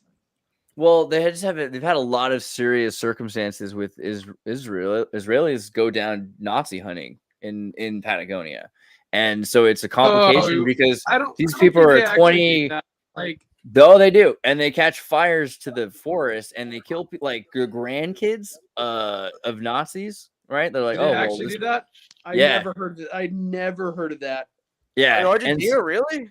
Yeah, and then they also have vice, and also in Chile, and they also have vice versa. They have retaliation, right, where they have people that have like beaten up Israelis in hostels in the middle of the night. Like they'll have people that like raid hostels. It's been, I think, about like 5 or 10 years since I've heard anything like that. But when last time I was there, that was like a major issue that was going on because they were bad. I remember one time there was a fire that was started while I was in where was I? I was like in the Sucre or something like that, and they like we had to leave essentially the state. We had to like you pay a taxi guy, like, dude, you got to get out of here too. And we like drove as fast as we could because they were just burning because they were trying to burn out entire zones, you know. Oh, dude, John Birch, that's kind of like the John Birch Society. He's a new member. Here, hold on. Let me.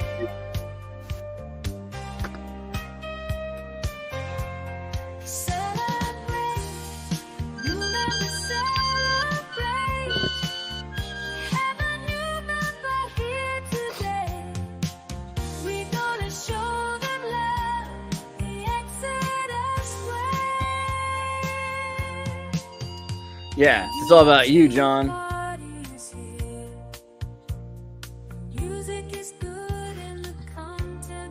Guyana Spice, I want you to look up the flag of the East India Trading Company, and you'll see that we did not invent our own flag, no.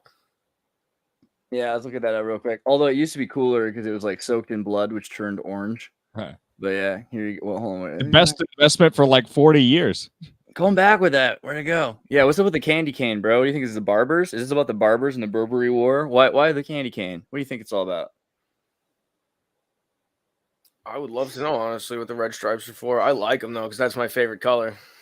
I think a lot about the Barbary Wars. The Barbary Wars is a series of wars fought between the United States, Sweden, and the Kingdom of Sicily against the Barbary states, including Tunis, Algiers, and Tripoli in the early 19th century. Happened too late. That flag is from 1600s. Right, yeah, but like this is later on, like the destruction of the Barbary states. And the Barbary, a lot of these, look at all of the earlier flags, they use like green and red and yellow stripes. Sicily uses red and white stripes. But the Burberry pirates, like the pirates were all members of corporations originally, right? I think that flag really proves that the United States is a project of economic protectionism. It's one that's literally, it's where the mercantile class has subverted the royal class as the rulers of the world, which is a good thing, honestly. I would rather have it by merit than by birth. Has there been a president who isn't royal? Isn't it like always Burke Peerage family? Yeah, there's been attempts at recapture, but isn't it just like you buy things every from affects your life more than the government you live under? Yeah, but like, aren't they not all run? Everyone. You. Yeah, okay, but like, isn't Elon Musk's family like emerald miners? Like, who isn't the Ford? I don't really know if they're emerald miners. Elon Musk tells more people what to do more directly than Joe Biden does. Because he has money. The Rockefellers sold suntan lotion at the beach, right? Like, but Elon Musk isn't directing people to do work based on the fact that he's their lord and they're his vassals. He's directing them to do work because he's their boss.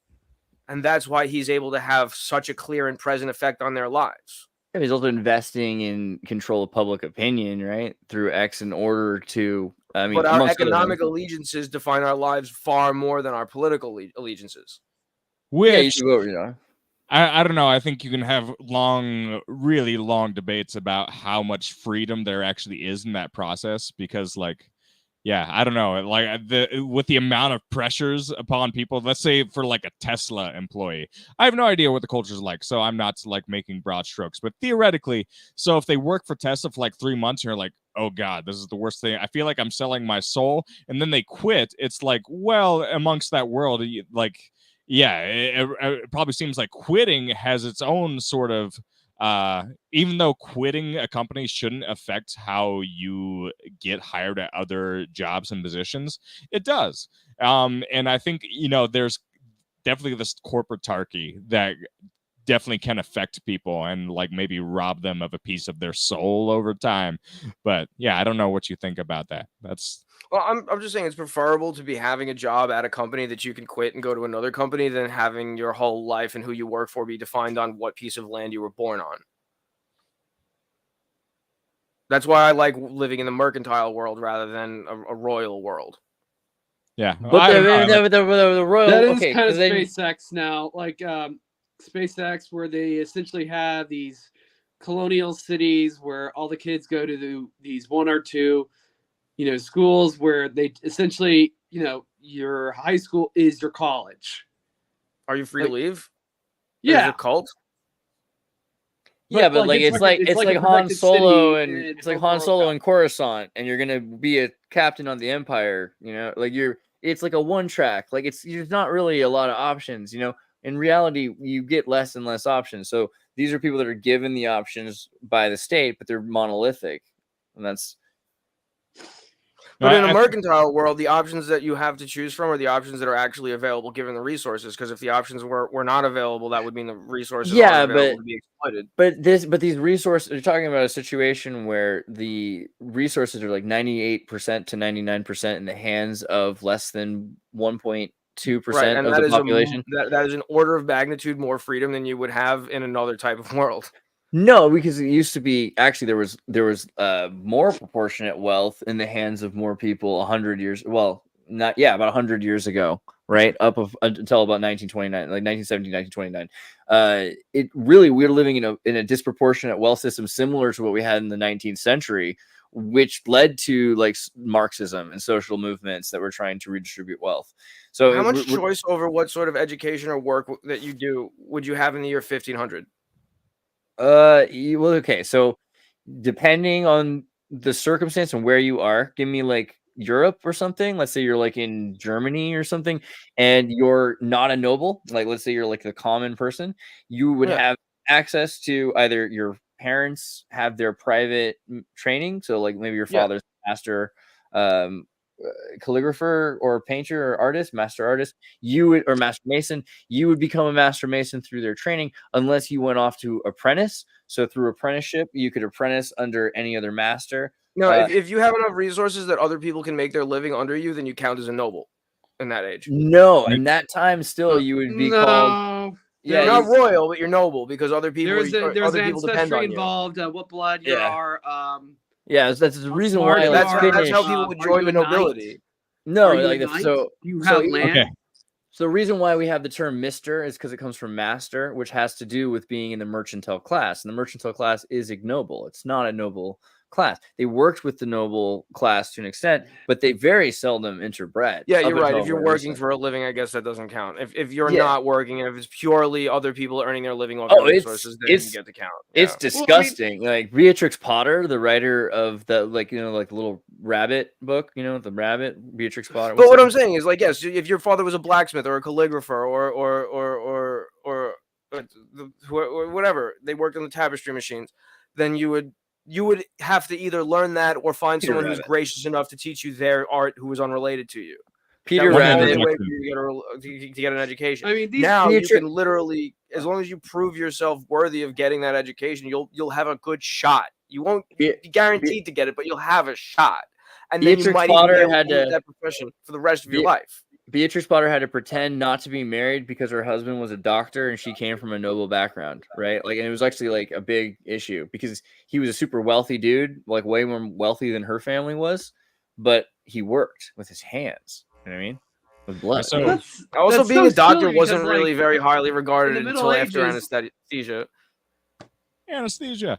So, all right, you're given the death penalty. But you can choose how you die. You can get electrocuted, you can get burned alive, or you can get impaled. Do you say, "Oh wow, I have freedom of choice? This is awesome." No, that's you're like, I'm kind of dying in an awful way. It's just, they're all just kind of bad. So, What if you're a drug addict and you get to overdose?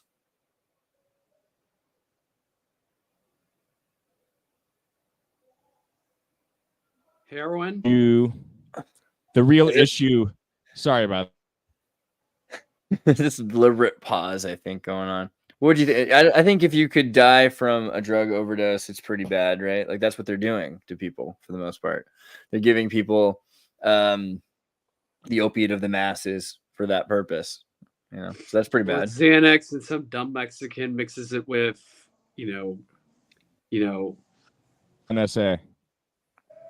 Yeah, it's well, probably they'll just Klonopin, or they'll just, and then they just put, Yeah, it's only when I speak does my internet do this, but yeah, it's weird they let Aiden say all that. It's crazy. Yeah, I know. This is But what I was saying was that okay, so every option that we have, if we have a culture where we built all these systems where, well, it's the whole idea of self-exploitation. That's the whole Han thing. It's like, oh, look at all these options, so you feel compelled to constantly improve yourself and to make yourself basically into this machine that can constantly be productive.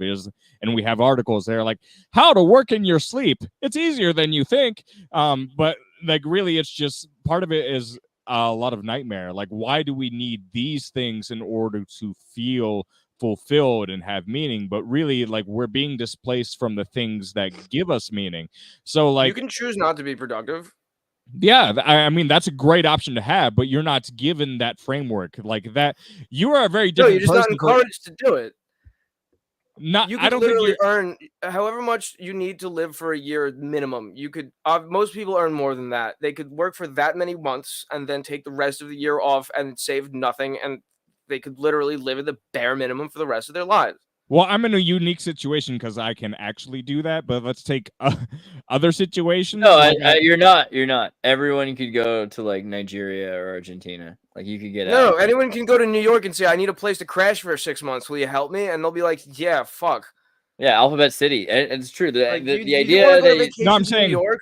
Dude, don't when get I a went hotel to room, just tell them you're homeless. Yeah, like for years, like the app on my phone was couch surfing, right? And I couch surfed all across Europe. Like I didn't use Hostel World or anything until like 2017 or something like that. Before that, it was like constantly you just reach out to people and they would want to hang out. You buy them dinner, for their house. Yeah, like it's we live in a so those things overflowing are with awesome. resources that unless you want to have like a property of your own, you don't need to work hard. We can work together. It's true. Yeah, theoretically, you can. I'm saying in terms of like the job world, there are a lot of jobs that are like they'll say, "Oh, you're leaving us? Fuck you!" So you can't come back here. So I feel like I'm in the one unique situations where I can pretty much almost come and go. No, you're just emotionally ready to accept it. Like I think for a long time you're like you kind of emotionally trapped yourself in being like a pizza delivery guy instead of being like an American time machine guy. You know what I mean? And now you're like, oh wow, now I'm in the unique circumstance. I guess it must be unique because like I never imagined this was possible. But like that's what it is like for everybody. Everyone can. I know that sounds because a lot of people are like, no, I'm trapped by my obligations. But you created your obligations. If someone says to you that they're fine with what they have and that they want no more, in fact that they could even have less and be okay with it, a lot of people will just shame them for that. You know what I mean? Like they just look at them as they have no drive. You are making my point. You're making my points though. But that's not your only option. That's just people just like look at you like you're an asshole. That's not like it's not because you don't have that option. It's just certain people don't respect it. Certain people, I think we're saying the majority of people don't respect it, and that I think there's a cultural push because it makes the most sense to stop generational wealth because then you have independence from the system. So the idea is to, I mean, this is the first generation I think where generally it's even a fathomable idea that boomers would give away their wealth to someone other than their children, right? Normally you give your wealth to your children. Maybe you cut out it's only to your firstborn or something like that, but it's never that they just Social like Security. this is crazy. Like what they're Yeah, what it's the way insane. boomers. This is a new kind of anti-Darwinist evolutionary trait to wipe No, but you themselves can out. exploit it though, is what I'm saying. I'm not saying Of it's course. good. I actually am arguing that it's good because it beats the hell out of fucking like a world that's constructed and centrally planned like a royal world, because that's just like proto-communism in my opinion, royalism. Yeah, of course. But that is, I don't see how we're out of that. I feel like you're giving this world more credit than I would. We don't really live in a world that's so mercantile class. No, yeah, anymore. it still has its tendrils. It still exists. It's just not the main factor in defining what your day-to-day life looks like. Your economic alliances literally define what your day-to-day life looks like. I mean, Brezhnevinsky would have said like the rich are not allowed to be so rich and the poor are not allowed to be so The poor. rich work harder than us, dude. The rich work longer hours. But it defines like why your table looks the same, because at the end of the day, you just need a world where everything is basically the equivalent for safety, for hygiene. But imagine you had 1,000 times more money than the average person in your bank. And would your life, you would imagine, should also be 1,000 times cooler, but it's not. It's literally like not even an order of magnitude better, and you work more for it. Well, that's the original idea that became from nobles, like most of the Norman warlords that became, that essentially ran, England after it. It was partially because of birth, but a lot of it was they found people that could run large maноred estates where you would have a large manor house that would sometimes have 100 or 200 people living there any other day. Somebody that would find people to take care of orphans, help with rowdy alcoholic serfs, and would just generally, and their big thing was back in the day was, can you actually deliver this amount of tax that has been decided on for the last 50 years? Can you give that amount of tax and 100 warriors for the king for 3 months of a year? Yeah, they had responsibility. Like I guarantee you, the guys who ran the property, there were rich people, like, the lords, they had more books to run over than anybody. What do you say? Sorry. There were rich people that couldn't do that job, but there was a certain set of about 10,000 people who good at being general managerials, and that's kind of cancerous because they were like letting just proliferating people that couldn't manage themselves. But that was the general idea of most feudalism. Well, yeah, even the Arabs, right? Because if you look up mafia, right, like so the Sicilian mafia, Normans, the Normans kicked out all the Arabs there, and they're essentially mafi is the word for the jizya tax, like the yearly jizya tax. The non-Muslim residing in the Muslim land would be forced to pay the jizya tax, and if you were mafi, you were exempted. And the mafi also were the people who went around protecting making sure you'd paid your tax, and otherwise they would extract the tax. So. Well, also you can't really run state protection rackets without like some sort of centralized mechanism. You can't have two separate protection mechanisms operating in the same land because they'll fight each other and then they won't protect you. I don't know. Can you not have subscription governments? Like if you have social services that are provided digitally now, and let's give like Netflix versus like Hulu, can you have multiple governments because you're just paying subsidies to both? If you decide if they were reasonable because it became competitive, then it seems like you could. That's what you can't have two sheriffs.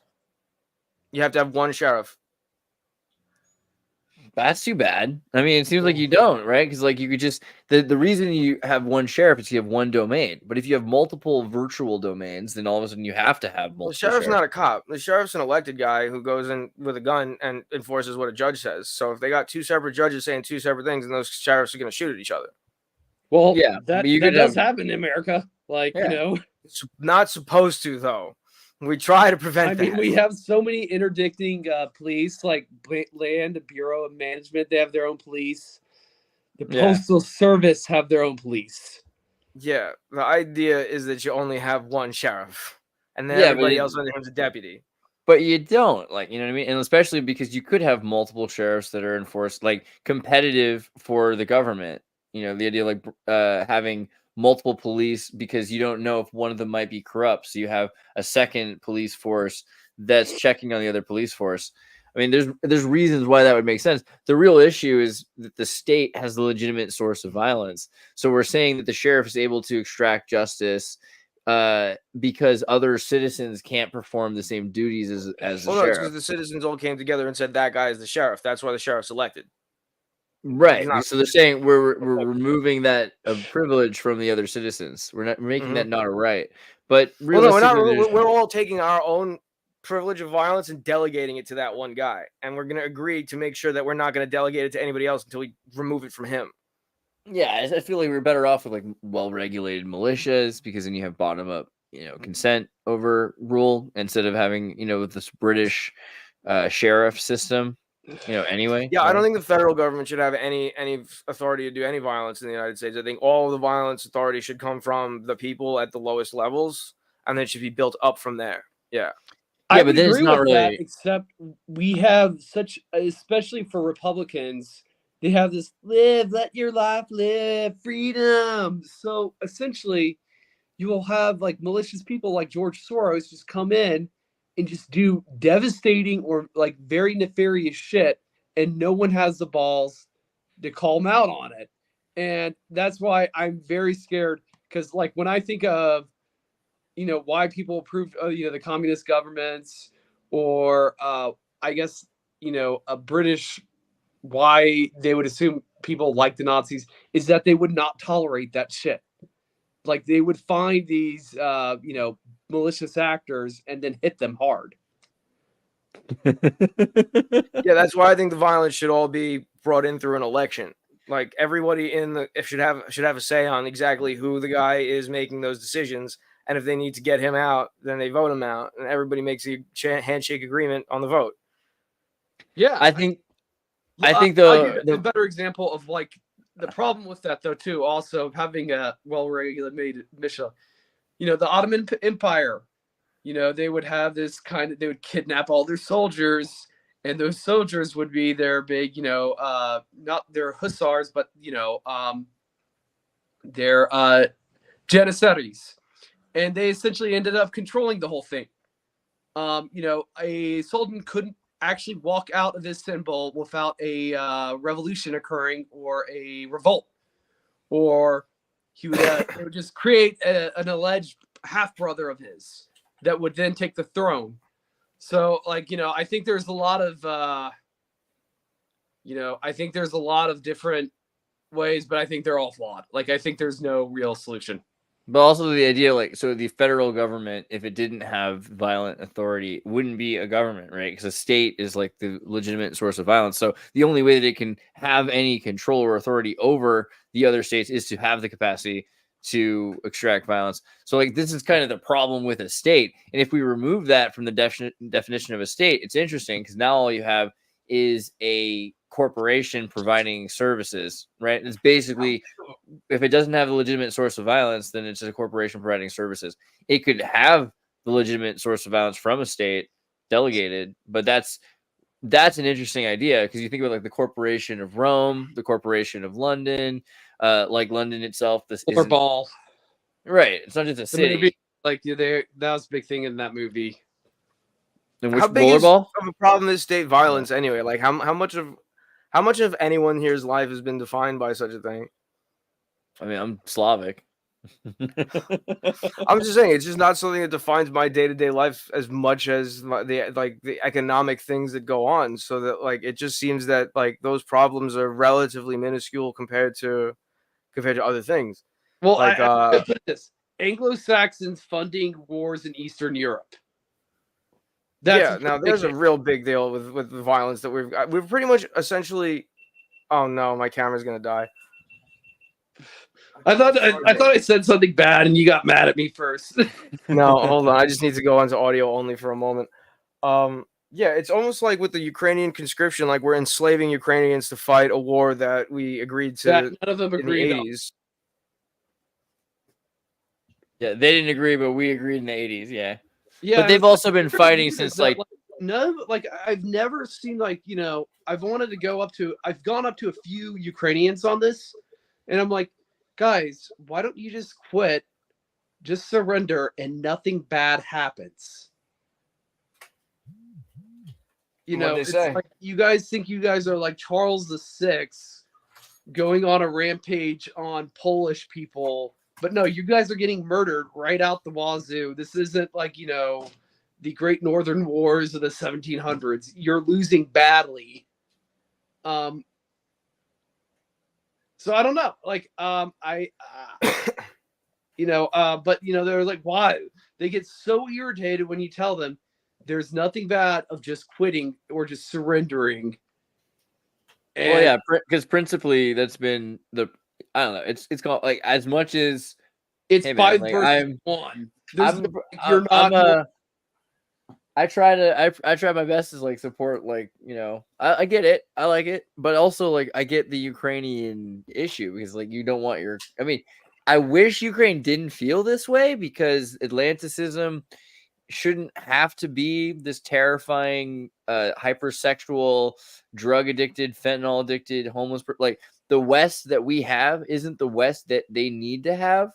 But I get the fear, also of being swallowed up by Russia. Well, there's the fear of being swallowed up by Russia. That's one side of the political divide. I know a friend of mine whose family is from Ukraine who's actually more concerned with preserving the union than they are with being an independent nation.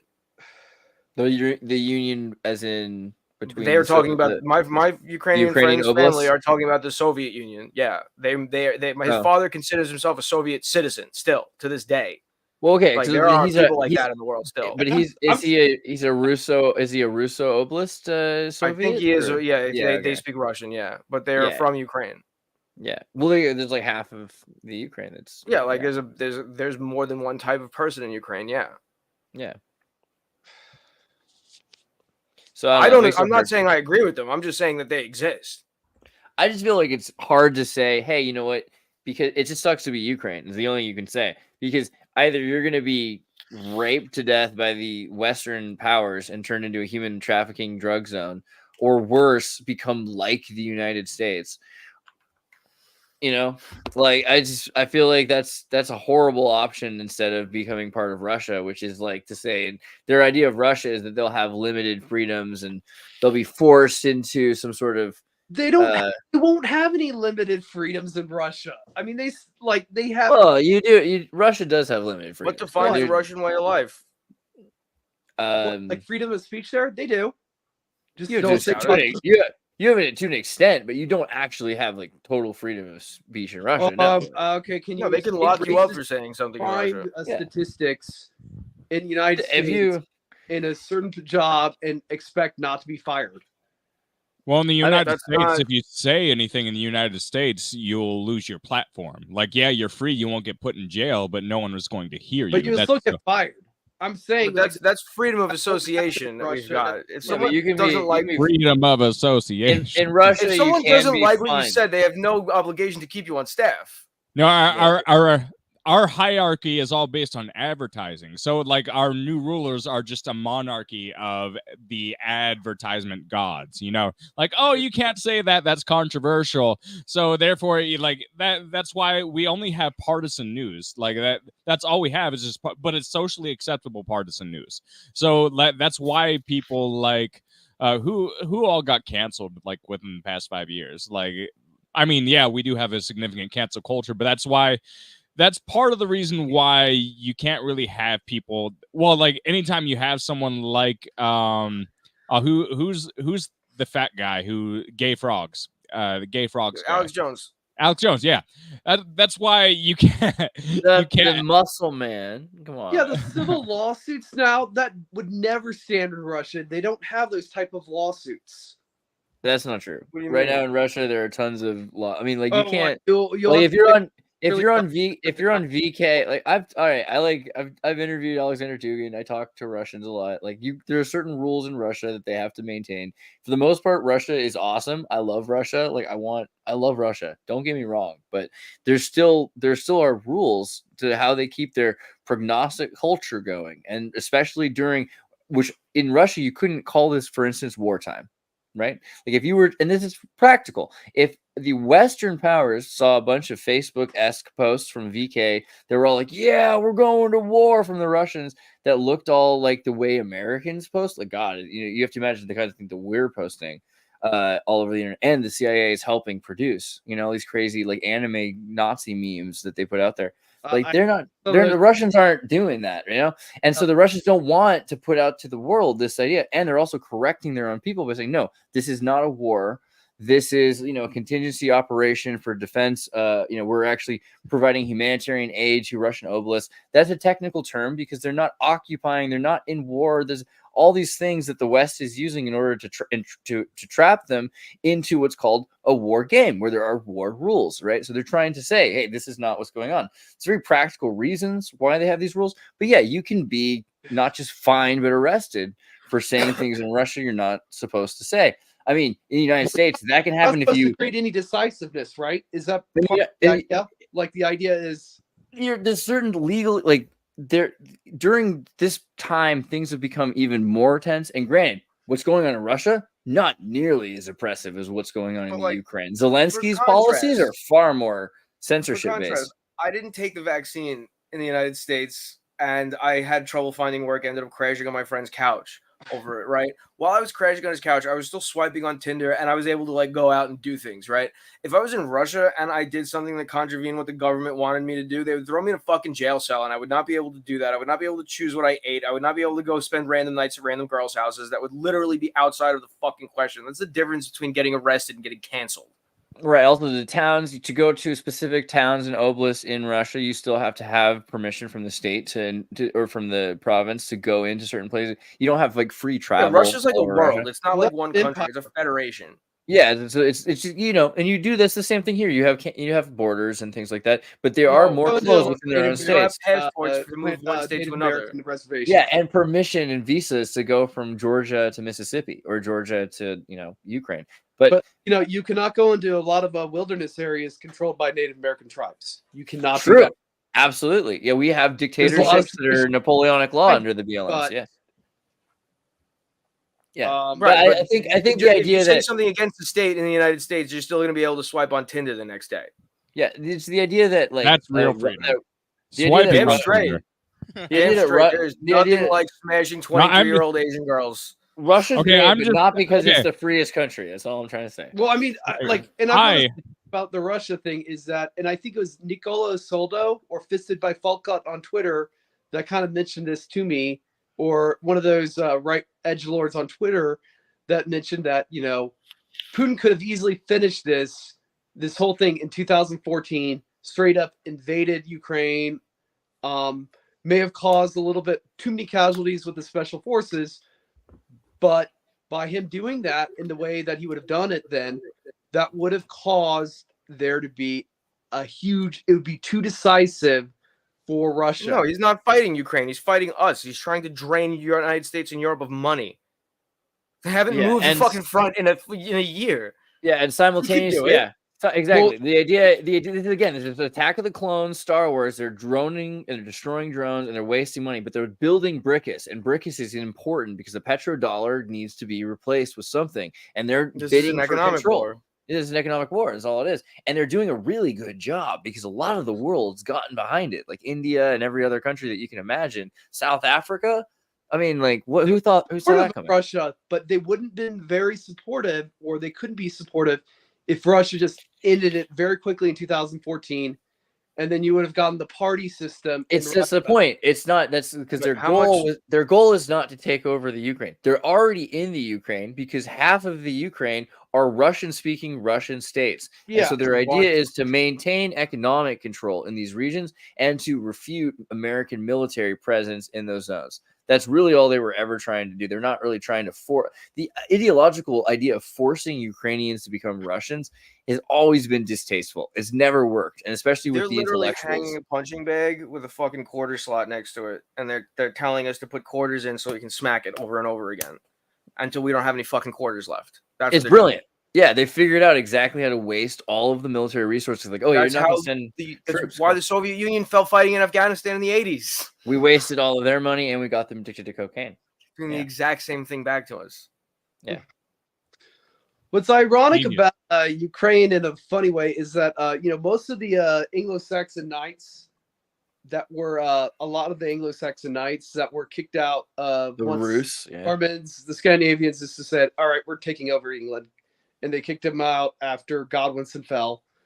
A lot of them went to some of the German states. A lot of them went to Rome, but quite a few of them ended up in the Byzantine Empire. And then they would constantly have to deal with Norman knights there. But then they left to Crimea and to Ukraine, and that's where they settled. When was this? Like About- 11th century. But So it's there's like after the well-known Battle of Hastings. that there used to be a town in Crimea called New London. Wow. I don't know, like, it's very hard because Crimea is one of those places that the history is not chronicled as much as it should be, or it's just not. It's been burned and destroyed, and they moved people in gulags. Like, come on. Well, yeah. Stalinism. So, like, there were a lot of towns that were Anglo-Saxon towns that were there. I guess eventually they just moved up to Ukraine. Well, but so that Crimea is something. is supposed to be settled by the Rus, right? So the Rus are the Scandinavian Vikings, but also the Rus. You can hear the word Russia and Etaruskia, like Etruscan has to do with the Etruscans are the Rus as well. So there are Scandinavians that travel all over the place, and they have the same boats as the Eritreans. And there are Rus Vikings that have Egyptian blood. They've princesses. They've intermarried. It seems like they're ethnophiles because they're traveling all around the world and they're interacting, and you have royal families in multiple places that are on other sides of the world creating some sort of endless summer. So it's also interesting because you don't find the same genetics in the common people at that point. You start finding the mercantile class have unique genetics that are from two places at once because they're doing this endless summer trade. Yeah. Well, I mean, I would also say, and I'm going to say this about, there is this conspiracy of how they do genetic testing. And that sometimes, a lot of the times, they do lie. Give a good example of this. Margin of error. Well, I mean, to be a good example of this, Charles Darwin, the guys that created the DNA molecule, they've always been about intelligence is by blood. A lot of it's by blood. And they fight with these people when, the Marxists that control the human genome testing when they say it's not. And one day they were very adamant about it. And then the human genome test people proclaimed that both of them had African ancestry off of a test that they took privately, and they just publicly announced it. You can look it up on Wikipedia right now. There was a guy who sent his pet lizard saliva in, and it came back as 51% Ashkenazi Jewish and 48% West Asian. Yeah, that's it. I was trying to And find that article. the Yeah. other percent was probably, I'm not exactly sure why, but why do we have dog tests that you give your dog, and if you give yourself the dog DNA test, it will say inconclusive. This is a person's DNA, not a dog's DNA. But you can give that to a dog, and the human DNA test to a dog, and it will come out as something. Well, that's a good amount. That's a good place for Box Saga as any, isn't it? That's very odd.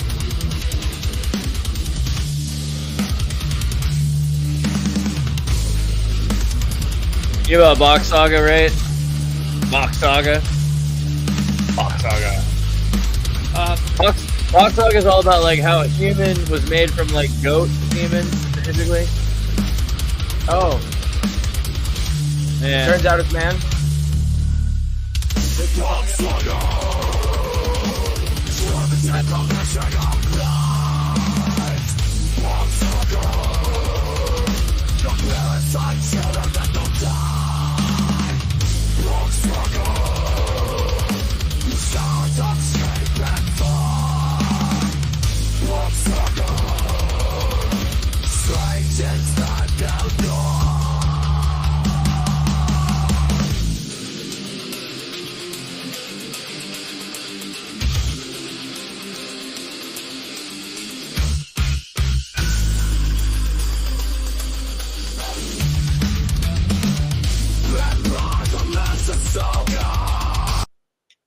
feel better now. So Yeah, no, Vox those Saga. genetic tests will take any noise they can and then just like use that. Yeah, or we're all like related and everything's connected. And you look at the Reeves Muntjac and see that there's a discrepancy of what 300 or so different kinds of Muntjacs, including with the most variety of DNA sequences, chromosome count from everything from 7 all the way up to like 246. And you've got 23 pairs in the Reeves Muntjac. So there's probably like different compression schemes of DNA, and we find the same sequences over and over again. It's probably not just crabification. Crabification being the idea like carcinization, where things become crabs because it's the most practical thing that could happen according to Darwinian evolution. Probably not that. It's probably more that these are sequences and practical sequences that emerge and that are consumed and digested, maybe through epigenetics. They're being adapted, but these are the same sequences that are being adapted over and over again. Right. I just think the DNA testers are making shit up. There's a lot of the exogenous. Or your dog is Jewish, Sean. Just deal with it. That's irrelevant. But a good example of why they do population genetics, they'll actually lie about it, is like you go to places like Scotland that were completely colonized by certain Scandinavian tribes, especially in the like outer islands. And then now you'll have these same people say, "Oh, it's only 3% Scandinavian."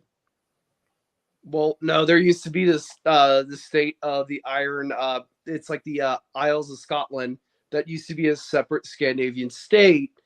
And I think there's this idea if we downplay this, there won't be these weird independence movements that come out of Ireland and in Scotland. Yeah, even though like they know because they've got the House of Normandy and everything. But the more you kill off royal families, the more you start. I mean, that's the other thing. Royal families, I don't think you should hate on, Sean, because everybody could be a royal family. It's like basically just being a sovereign, right? Yeah, I just don't want them running the world. Yeah, it's fair. But it kind of ends up being that the banking system runs the world, is what you said anyway. So didn't you get your way? And isn't it suck then? Because don't you want to be a sovereign? And isn't that kind of the point? Is like everyone should be a royal sovereign at that point, so they have a certain amount of protection. No, the royal sovereign has more work to do than anybody else. The most sovereign person has literally nothing to be responsible for. I mean, no, you have to be responsible for your property, right? Like your citizenship. Not if you don't have any. You can do whatever Interesting. the fuck you want. I like this. So that's actually a cool idea. Like having a class. This is a new political idea. Having a bunch of sovereigns, having a world full of sovereigns. That's an interesting because like Marxism with sovereignty. Could you do it? Probably not. No, you'd have to have a system to be a parasite on.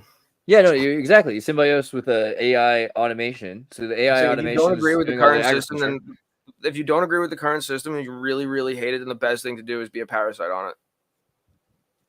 You'd have to like sequester. You'd have to have like certain. So basically, there would have to be like some places that were just for food resource AI automation of all this, and then that would be equally distributed to the rest of the world. Oh, right? No. I'm not saying we should continue this. I'm saying this is the state of the world, and this is what you have an opportunity. What's the difference between equity of outcome and equity of opportunity, Sean?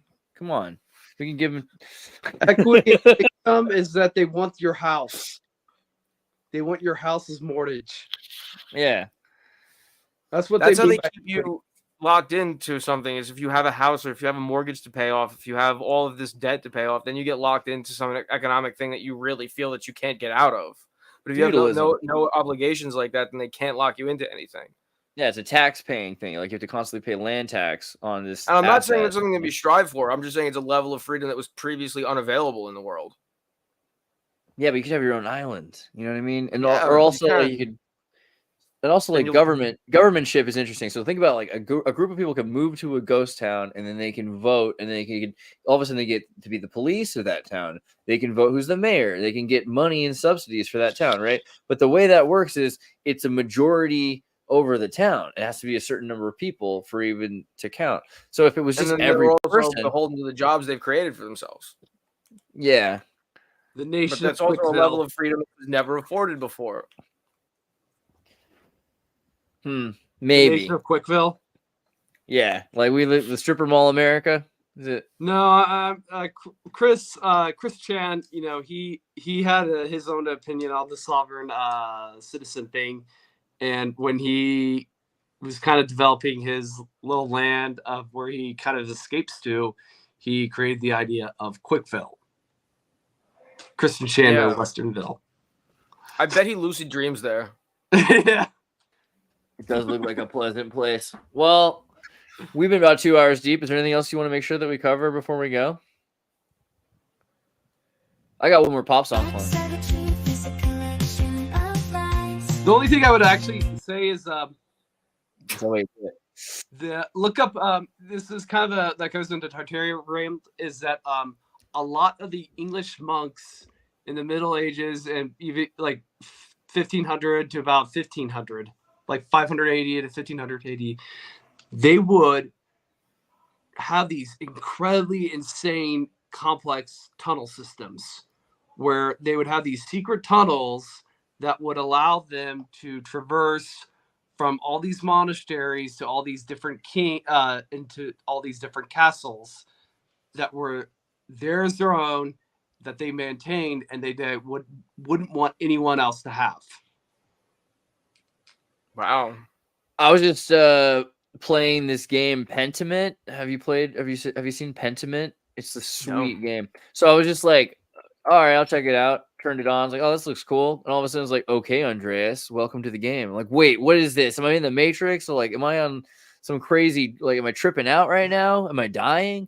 But no, the game is about this character named Andreas in 1511 in like outside of Nuremberg. And like the printing press is about to happen 4 years later, and he's working in a scriptorium. It's freaking great. What game is it? It's called Pentiment. Pentiment.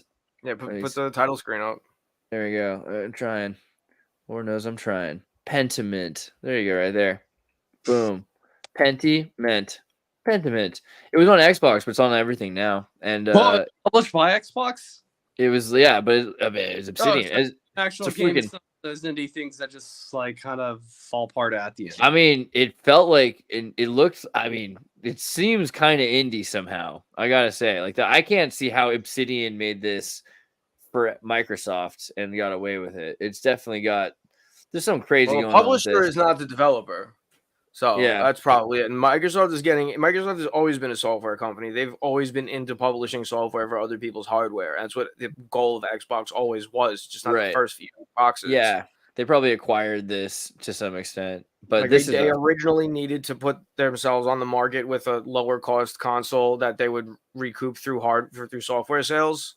Because the original Xbox cost what, $300? That was more than $300 worth of hardware. When you bought the software, you paid it off. Now they're releasing software for the Switch and shit. Dude, they're so sick of the whole Nvidia war. They're gonna just do like Microsoft's gonna like end Xbox. Also, I think Elon Musk. So just my theory is it'll be X is over for Xbox. It's just gonna be Microsoft games next year. I see that coming. Yeah, no, Xbox is gonna be a software. They're gonna be a Steam competitor eventually. Yeah, but worse because you'll be able to play it live on everything all at once. All right. Well, never trust Microsoft. American Time Machine, you were gonna say something at some point, and you were just so polite the whole show. I don't know how you did it. God bless you. No, I got everything out of my system. Thank you. I was just like, there was dead space, so I thought about going on the fly. But thank you. No, if you got thoughts, bro. If you got thoughts, I was going to show you your album right here. This is where you can get American Time Machine's music, which is just okay. But if you choose to do that, which if you listen to my music, really it's just about making sure I have enough money to live in South America indefinitely. So just that amount of people, no more. Like I don't know, maybe like 3,000 people a month. That's the goal. But no, I like Meditations in Winter. I still think that's the best one I did. It's more like the experimental electronic realm. Everything else is a mixed bag, but you can listen to it or not listen to it. The choice is yours. What were you to say? Thank you. Yeah, and Meditations in Winter is really pretty. It's a pretty fun album, but there's a lot of great music here too. I think Manufacturing the Tribal Society is actually pretty cool too. And I can't wait to see what you make now that you're getting back home, what you're working on. Oh, I And- forgot I had stuff. I have stuff queued and I forgot about it, but I went back and listened to it. I was like, oh, there's some good stuff there, I think. But yeah, we'll see. And then let me pull up Aiden's channel. Aiden Orfield AI videos right here. You saw some amazing Zendaya Dune going on, and there's always more. There's Yeah, always more, dude. There's That's some cool trippy. stuff going on, dude. trying to Honestly, figure everybody. out the timing of how long it should be or how long it should not be. It's hard to say. These are you need for all those. Because there's like you all should that probably type of. you should probably make like a TikTok stream of these that are like a minute long each, because like I feel like Five Nights at Freddy, you know, like every 10-year-old in America loves that. So that's the way to do it right there. Set up a live stream that's always generating and reacting to the chat. Dude, this just feels like that one time at Chuck E. Cheese, right? Where the cheese just it Yeah. wasn't good. The cheese was bad. Very bad. Oh That is man. not the best. This is no, I disagree. This is the Like best. honestly though, from a marketing actually got perspective, the Chuck E. Showbiz Cheese was Tonight's, genius because they were able to jingle sell to that. food with a rat. One at a time. What was it? Sean first, then finish what he said. What do you say, Sean? Chuck E. Cheese was marketing genius though, because they were able to take a restaurant and sell it with a rat. Yeah, that's crazy. And then Aiden, what do you say? I would just add on to that, is, the Chuck E. Cheese pizza, Showbiz Pizza. That is the most bizarre, business rivalry ever. They were supposed to be the same company, but the guy that did Showbiz Pizza, he felt that he bought up all the franchise rights in 19 different states, and he used that just to create his own competitor to Chuck E. Cheese, because he felt that their animatronics were not as good as the ones he could just order up. And it's very odd how that started. Dude, where is Showbiz Pizza in California? I never heard of this thing. Is that It's like more of a They Colorado thing, I mistook think. the costume. I think they mistook for a wolf too. They misnamed it. They bought it. It was a rat. Like it was made as a rat. They picked it up at like an anthropomorphic convention, and one guy thought it was a wolf, and the other one thought it was a rat. That's horrifying. What was also big about this was that at the time they were thinking of making each store very unique, with like $100,000 worth of animatronics. And back in the 1980s, that was like, $500,000. That's insane. Jesus. Because the guy that started all the Chuck E. Cheese's and I think the Showbiz Pizza, they actually were employed by Atari. They were just Atari employees that just thought of starting up their own gaming place. So they would just have the Atari games, go from the Atari to these shops, but then they got too big, and the animatronics, everyone got bored of the animatronics very quickly, and then that's how they failed. Yeah, that's why the Chuck E. Cheese got into video games and everything. Dude, Chuck E. Cheese still runs the world. It's Chuck a E. Cheese secret. was but- amazing. Yeah. The first place I ever tried virtual reality was at Chuck E. Cheese in like 1995. It was garbage. It was like Sega Genesis graphics mixed with Tron, but it was still mind blowing. Like I still love realize, like, virtuality, the future yeah. is now. Do you remember that That's when I Sinbad movie where like he was the Sinbad? It was a virtual reality part of it, but he was the president's secret agent. First kid? Yeah, the first kid, and the first kid always wanted to play VR games, but he wasn't allowed to. And then that was like the concept of it. Because he had like military grade VR. Oh man, I gotta rewatch First Kid. No, he wanted to play military. That's so real, man. That's wild. I don't even barely remember that movie because I like Kazam has like overwritten it in my brain. It's way Shazam, too the one movie that doesn't exist. Yeah, no, it's just literally rewrote it. You always confused it with that movie and Shaquille O'Neal's movie Kazam. I don't one had a forget. preview of the other in the beginning of the I VHS, never right? forget. I never forget. You know why? Because I was the kid in Shazam.